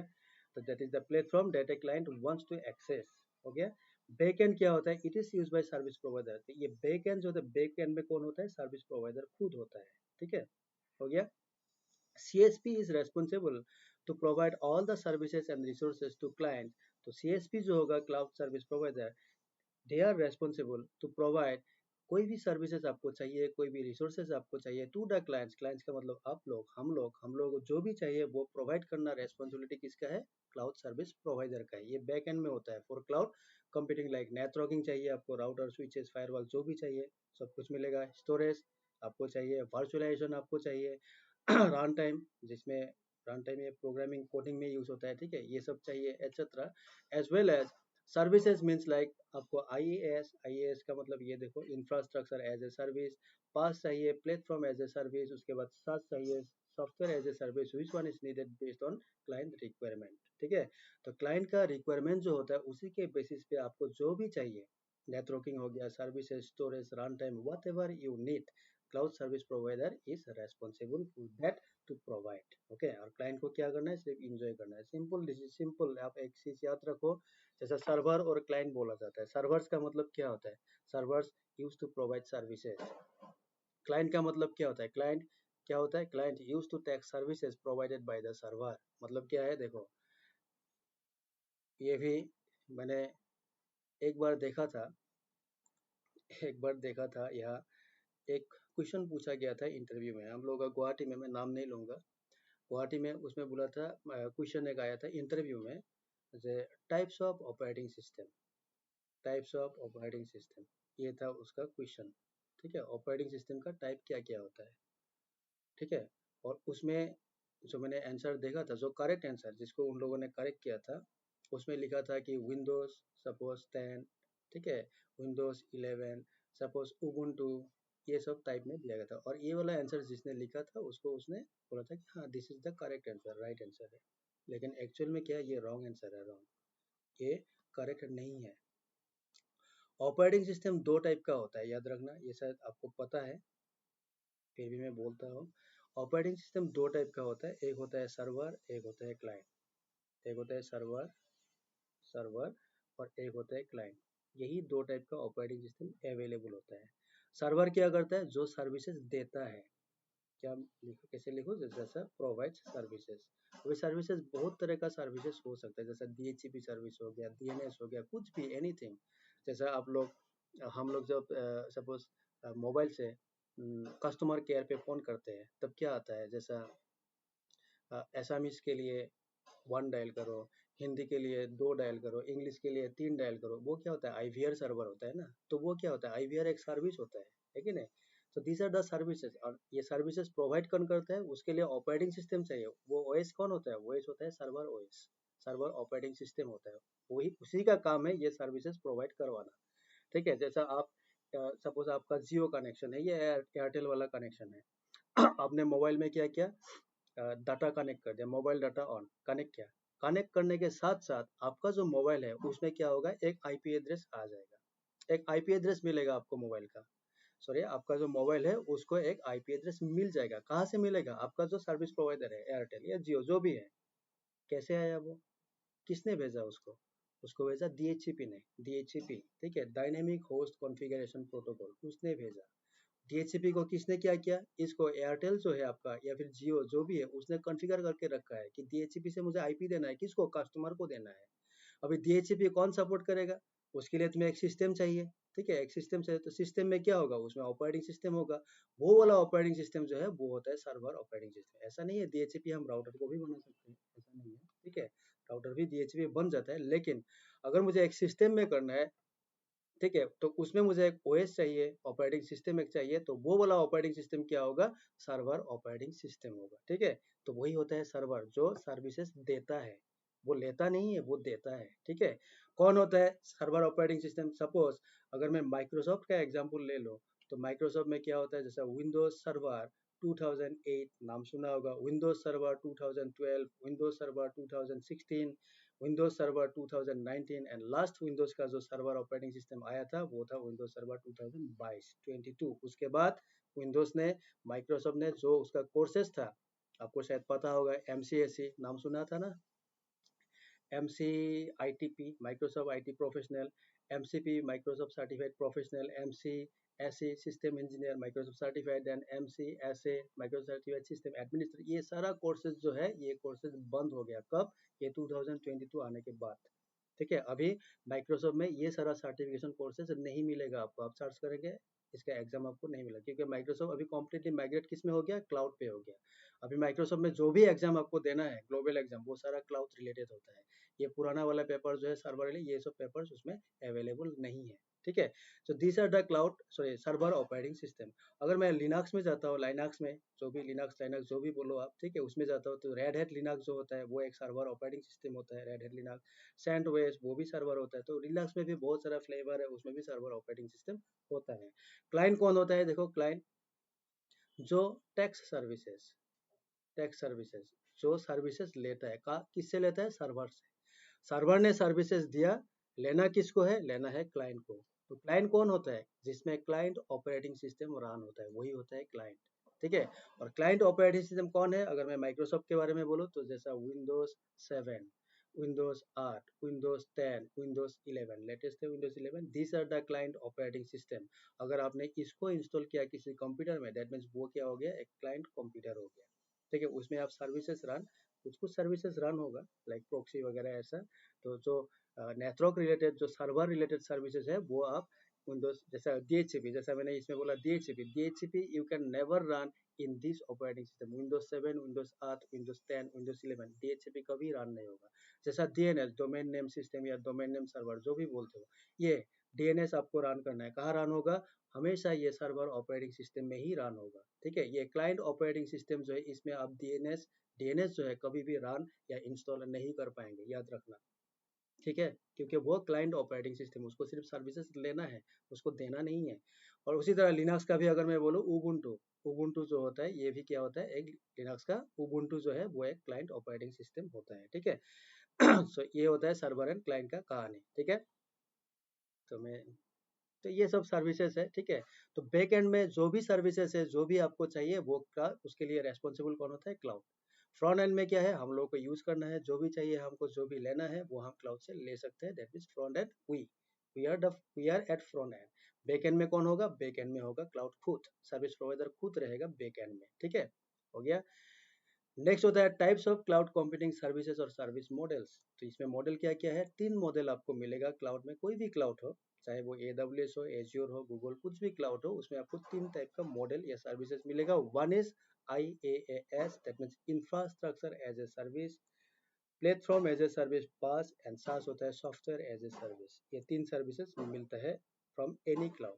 क्या होता है देखो, वही कहानी है देखो। अगर मान लीजिए मैंने ऑन प्रीमिसेस नेटवर्क एक सेटअप किया, एक डाटा सेंटर बनाया, देखो ऑन प्रीमिस याद है? ऑन प्रीमिसेस का मतलब क्या है? जो हमें दिखता है कि नहीं? मैंने बिल्डिंग के अंदर गया, सब कुछ मुझे दिखाई दिया, हाँ ये मेरा सर्वर है, ये मेरा राउटर है, ये रैक्स है, ठीक है। वो होता है ऑन प्रीमिसेस नेटवर्क, जो डाटा सेंटर होता है, ठीक है। हो गया। ऑन साइट, जो ऑन साइट डाटा सेंटर होता है वो होता है ऑन प्रीमिसेस। देखो इसमें ऑन प्रीमिसेस में आपको क्या क्या करना, आपको नेटवर्किंग करना होगा, मतलब राउटर स्विचेस वगैरह चाहिए, स्टोरेज चाहिए, सर्वर चाहिए। अगर आपका डाटा सेंटर है तो उसमें वर्चुअलाइजेशन का कॉन्सेप्ट भी आता है, ठीक है। और उसके ऊपर ऑपरेटिंग सिस्टम आपको डालना है, मिडिलवेयर, रन टाइम, ये सब एप्लीकेशन सॉफ्टवेयर, मतलब ये कोडिंग रिलेटेड होता है, जहाँ पे प्लेटफॉर्म, जहाँ पे डेवलपर्स वगैरह क्या करता है, अपना टेस्टिंग वगैरह करता है, ठीक है, एप्लीकेशन डेवलप करता है। डाटा हो गया एप्लीकेशन। देखो ये सारा चीज जो है, ये A to Z from application to networking, ये क्या करना पड़ता है? यू मैनेज का मतलब क्या है? Who is the owner, owner of the company. Owner of the company का मतलब क्या होगा? ओनर का मतलब जिसने इसको सेटअप किया। सपोज मान लीजिए ये SBI का नेटवर्क है, SBI प्रोजेक्ट किसको दिया गया है? मान लो विप्रो को दिया गया है, विप्रो। तो विप्रो क्या करेगा, विप्रो खुद मैनेज करेगा इसको, कहाँ से लेके, नेटवर्क से लेके आप तो एप्लीकेशन तक इसको मैनेज करने का रेस्पॉन्सिबिलिटी किसका है, विप्रो। विप्रो किसी और कंपनी का हेल्प ले सकता है, वो अलग बात है, लेकिन विप्रो का रेस्पॉन्सिबिलिटी है कि from networking to application A to Z, everything has to be maintained and managed by Wipro itself. Wipro को खुद इसको मैनेज करना होगा, कोई और नहीं जा सकता, ठीक है। ये होता है ऑन प्रीमिसेस में। ऑन साइट जो डाटा सेंटर होता है उसमें ये एक हेडेक होता है कि हर कोई भी काम करना पड़े आपको खुद करना पड़ेगा, ठीक है। लेकिन अगर मान लीजिए आपने क्लाउड से सर्विस ले लिया और आप एक इंफ्रास्ट्रक्चर एज ए सर्विस जो है IaaS जो है, ये वाला सर्विस आपने क्लाउड से ले लिया सपोज, तब क्या होगा, तब होगा ये networking, storage, servers and virtualisation, ये वाला जो कहानी है, इतने यह जो काम है ना, ये कौन करेगा, देखो अदर मैनेजर। अदर का मतलब कौन, the cloud. Cloud will manage, इसको क्लाउड मैनेज करेगा। ऑपरेटिंग सिस्टम से लेके एप्लीकेशन तक जो भी करना है ये कौन करेगा, यू मैनेज, मतलब ये आपको मैनेज करना है, ठीक है। जैसा उबेर, मान लो उबेर, ठीक है, उबेर ने क्या किया, उबेर हम लोग जो कैब लेते हैं ना, उबेर, उबेर क्या करता है, उबेर ने मान लो क्लाउड क्लाउड सर्विस लेके रखा है, तो उबेर का कोई डाटा सेंटर नहीं है, ठीक है। उसने क्या किया, क्लाउड सर्विस ले लिया। तो क्लाउड में क्या है, उबेर, मान लो उबेर ने IaaS सर्विस ले लिया कि infrastructure as a service. That means क्या है, उबेर का नेटवर्क जो है उसको सेटअप करने के लिए जो भी नेटवर्किंग चाहिए, स्टोरेज, सर्वर, वर्चुअलाइजेशन, जो भी कॉन्सेप्ट चाहिए, these are manage by cloud itself. इसको क्लाउड मैनेज कर रहा है। उबेर क्या कर रहा है, ऑपरेटिंग सिस्टम क्या डालेगा वो उबेर ने खुद डिसाइड किया, कैसे उसको डेवलप किया जाएगा वो डिसीजन उबेर का खुद का है। एप्लीकेशन कैसे रन होगा, उबेर का ड्राइवर एप्लीकेशन ये रहेगा, उबेर का कस्टमर एप्लीकेशन ये होगा, ये ऑप्शन आएगा, जो भी करना है वो उबेर खुद करेगा, ठीक है। लेकिन नेटवर्क रिलेटेड जो भी है, नेटवर्क हो गया, स्टोरेज हो गया, सर्वर्स हो गया, वर्चुअलाइजेशन का कॉन्सेप्ट, ये सारा कौन करेगा, इसको मैनेज करेगा क्लाउड खुद। क्लाउड करेगा इसको मैनेज, ठीक है। बाकी OS से लेके एप्लीकेशन तो कौन करता है काम, उबेर खुद करता है, ठीक है। उसी तरह अगर आपने प्लेटफॉर्म एज ए सर्विस ले लिया, मतलब ये वाला आप कस्टमर हो, तब क्या होगा, देखो नेटवर्किंग से लेके अप टू कहाँ तक, रन टाइम, यहाँ तक अदर मैनेजमेंट का मतलब क्या है, क्लाउड, इसको क्लाउड मैनेज करेगा। आपके पास क्या है, प्लेटफॉर्म एज ए सर्विस, आपके पास सिर्फ डाटा और एप्लीकेशन जो है इसी को सिर्फ यू मैनेज, आपको मैनेज करना है, ठीक है। बाकी सारा काम क्लाउड खुद करेगा। अगर आपने सॉफ्टवेयर एज ए सर्विस ले लिया, सास, ये अगर ले लिया, दैट मीन्स क्या है, from networking to application A to Z जो भी करना है ये सारा अदर मैनेज करेगा, जो कि क्लाउड है, क्लाउड मैनेज कर लेगा, ठीक है। जैसे जीमेल, हम सब का क्या है, जीमेल में अकाउंट है कि नहीं, जीमेल में अकाउंट है, उसमें हम लोगों को ड्राइव मिलता है, गूगल ड्राइव, ठीक है। अभी गूगल ड्राइव में हम लोग क्या करते हैं, अपना सामान वगैरह तो रखते हैं ना, स्टोर करके रखते हैं। अभी देखो ड्राइव जो है, गूगल ड्राइव, वो क्या, वो भी एक क्लाउड सर्विस है, गूगल का है। लेकिन वो जो ड्राइव है जीमेल का जो भी है, क्या आपको उसमें कोई परमिशन है कि आप जीमेल एप्लीकेशन जो है जो भी है उसको आप चेंजेस कर सकते हो, आप एडिट कर सकते हो, क्या आपके पास परमिशन है, नहीं, आप कुछ नहीं कर सकते, वैसा, पहचाने मुझे, सॉरी समझ में आया ना, ठीक है। आप कुछ नहीं कर सकते, आप उसमें हाथ ही नहीं लगा सकते, क्योंकि वो जीमेल ने, गूगल ने दे दिया, जैसे दे दिया आप यूज करो, क्योंकि उसका मैनेजमेंट, मतलब एप्लीकेशन टू लेके नेटवर्क तक, एप्लीकेशन से लेके नेटवर्किंग तक जो भी मैनेजमेंट करना है, जो भी मैनेज करना है, वो सारा काम किसका है, खुद, गूगल खुद कर रहा है। तो गूगल का खुद का है वो, ठीक है, उसमें हम लोग इंटरफेयर नहीं कर सकते। हम लोग क्या करते हैं, सिर्फ सर्विसेज, वो दे दिया सर्विस, हम सर्विस सिर्फ एक्सेप्ट यूज कर रहे हैं कि हाँ ड्राइव दे दिया, चलो भाई इसमें स्टोरेज मिला 5 GB का, सॉरी 15 GB मिलता है ना बाई डिफॉल्ट, ठीक है। तो 15 GB बाई डिफॉल्ट मिलता है फ्री में, ठीक है। तो 15 GB दे दिया, उसको लेके खुश रहो, ठीक है ना, समझ में आया कि नहीं। तो उसमें हम कुछ नहीं कर सकते, क्यों, उसमें नेटवर्किंग से लेके जो भी काम होगा आप तो एप्लीकेशन, वो सारा क्लाउड खुद मैनेज करते हैं, उसी को बोलते हैं सास, सॉफ्टवेयर एज ए सर्विस, ठीक है। तो ये 3 तरह का सर्विस हमें क्लाउड प्रोवाइड करता है। देखो ये अभी इसमें सास क्या है, पास क्या है और IaaS क्या है, थोड़ा थोड़ा डिस्क्रिप्शन इसमें है, ठीक है। अभी वो उस पर हम जाने वाले हैं। तो एक काम करता हूँ मैं, एक काम करता हूँ, इस वीडियो को मैं यहीं पे स्टॉप करता हूँ, ठीक है। क्यों स्टॉप करता हूँ, क्योंकि ये वीडियो नहीं तो बहुत बड़ा हो जाएगा, ठीक है, अभी बड़ा हो गया ऑलरेडी। तो मैं इसको 2 हिस्सों में डिवाइड कर देता हूँ कि यहाँ तक मैंने क्या कर दिया, यहाँ तक जो है, यहाँ तक ये पार्ट 1 हो गया। अभी पार्ट 2 में क्या आएगा, पार्ट 2 में हम लोग देखेंगे कि ये सास, पास एंड IAS क्या होता है, और उसके बाद टाइप्स ऑफ क्लाउड, जैसे कि इसमें पब्लिक क्लाउड क्या है एंड प्राइवेट क्लाउड क्या है, ये सब हम देखेंगे। उसके बाद हाइब्रिड क्लाउड क्या है, उसके बाद वर्चुअलाइजेशन क्या होता है ये देखेंगे। तो ये जो बाकी का हिस्सा है वो मैं सेकंड पार्ट में डाल देता हूँ, सो दैट थोड़ा सा छोटा हो जाए वीडियो, ठीक है, नहीं तो ज़्यादा बड़ा होगा। और ये जब मैं अपलोड करूँगा वीडियो, याद रखना ये 2 पार्ट में होगा ना, पार्ट 1 एंड पार्ट 2। तो पार्ट 1 जो होगा उसमें आपको पीडीएफ नहीं मिलेगा, ठीक है। पार्ट 2 जो होगा उसमें मैं इसका पीडीएफ डाउनलोड वाला लिंक जो है वो दे दूंगा, तो आप लोग पार्ट 2 से उसको डाउनलोड कर सकते हो, ठीक है।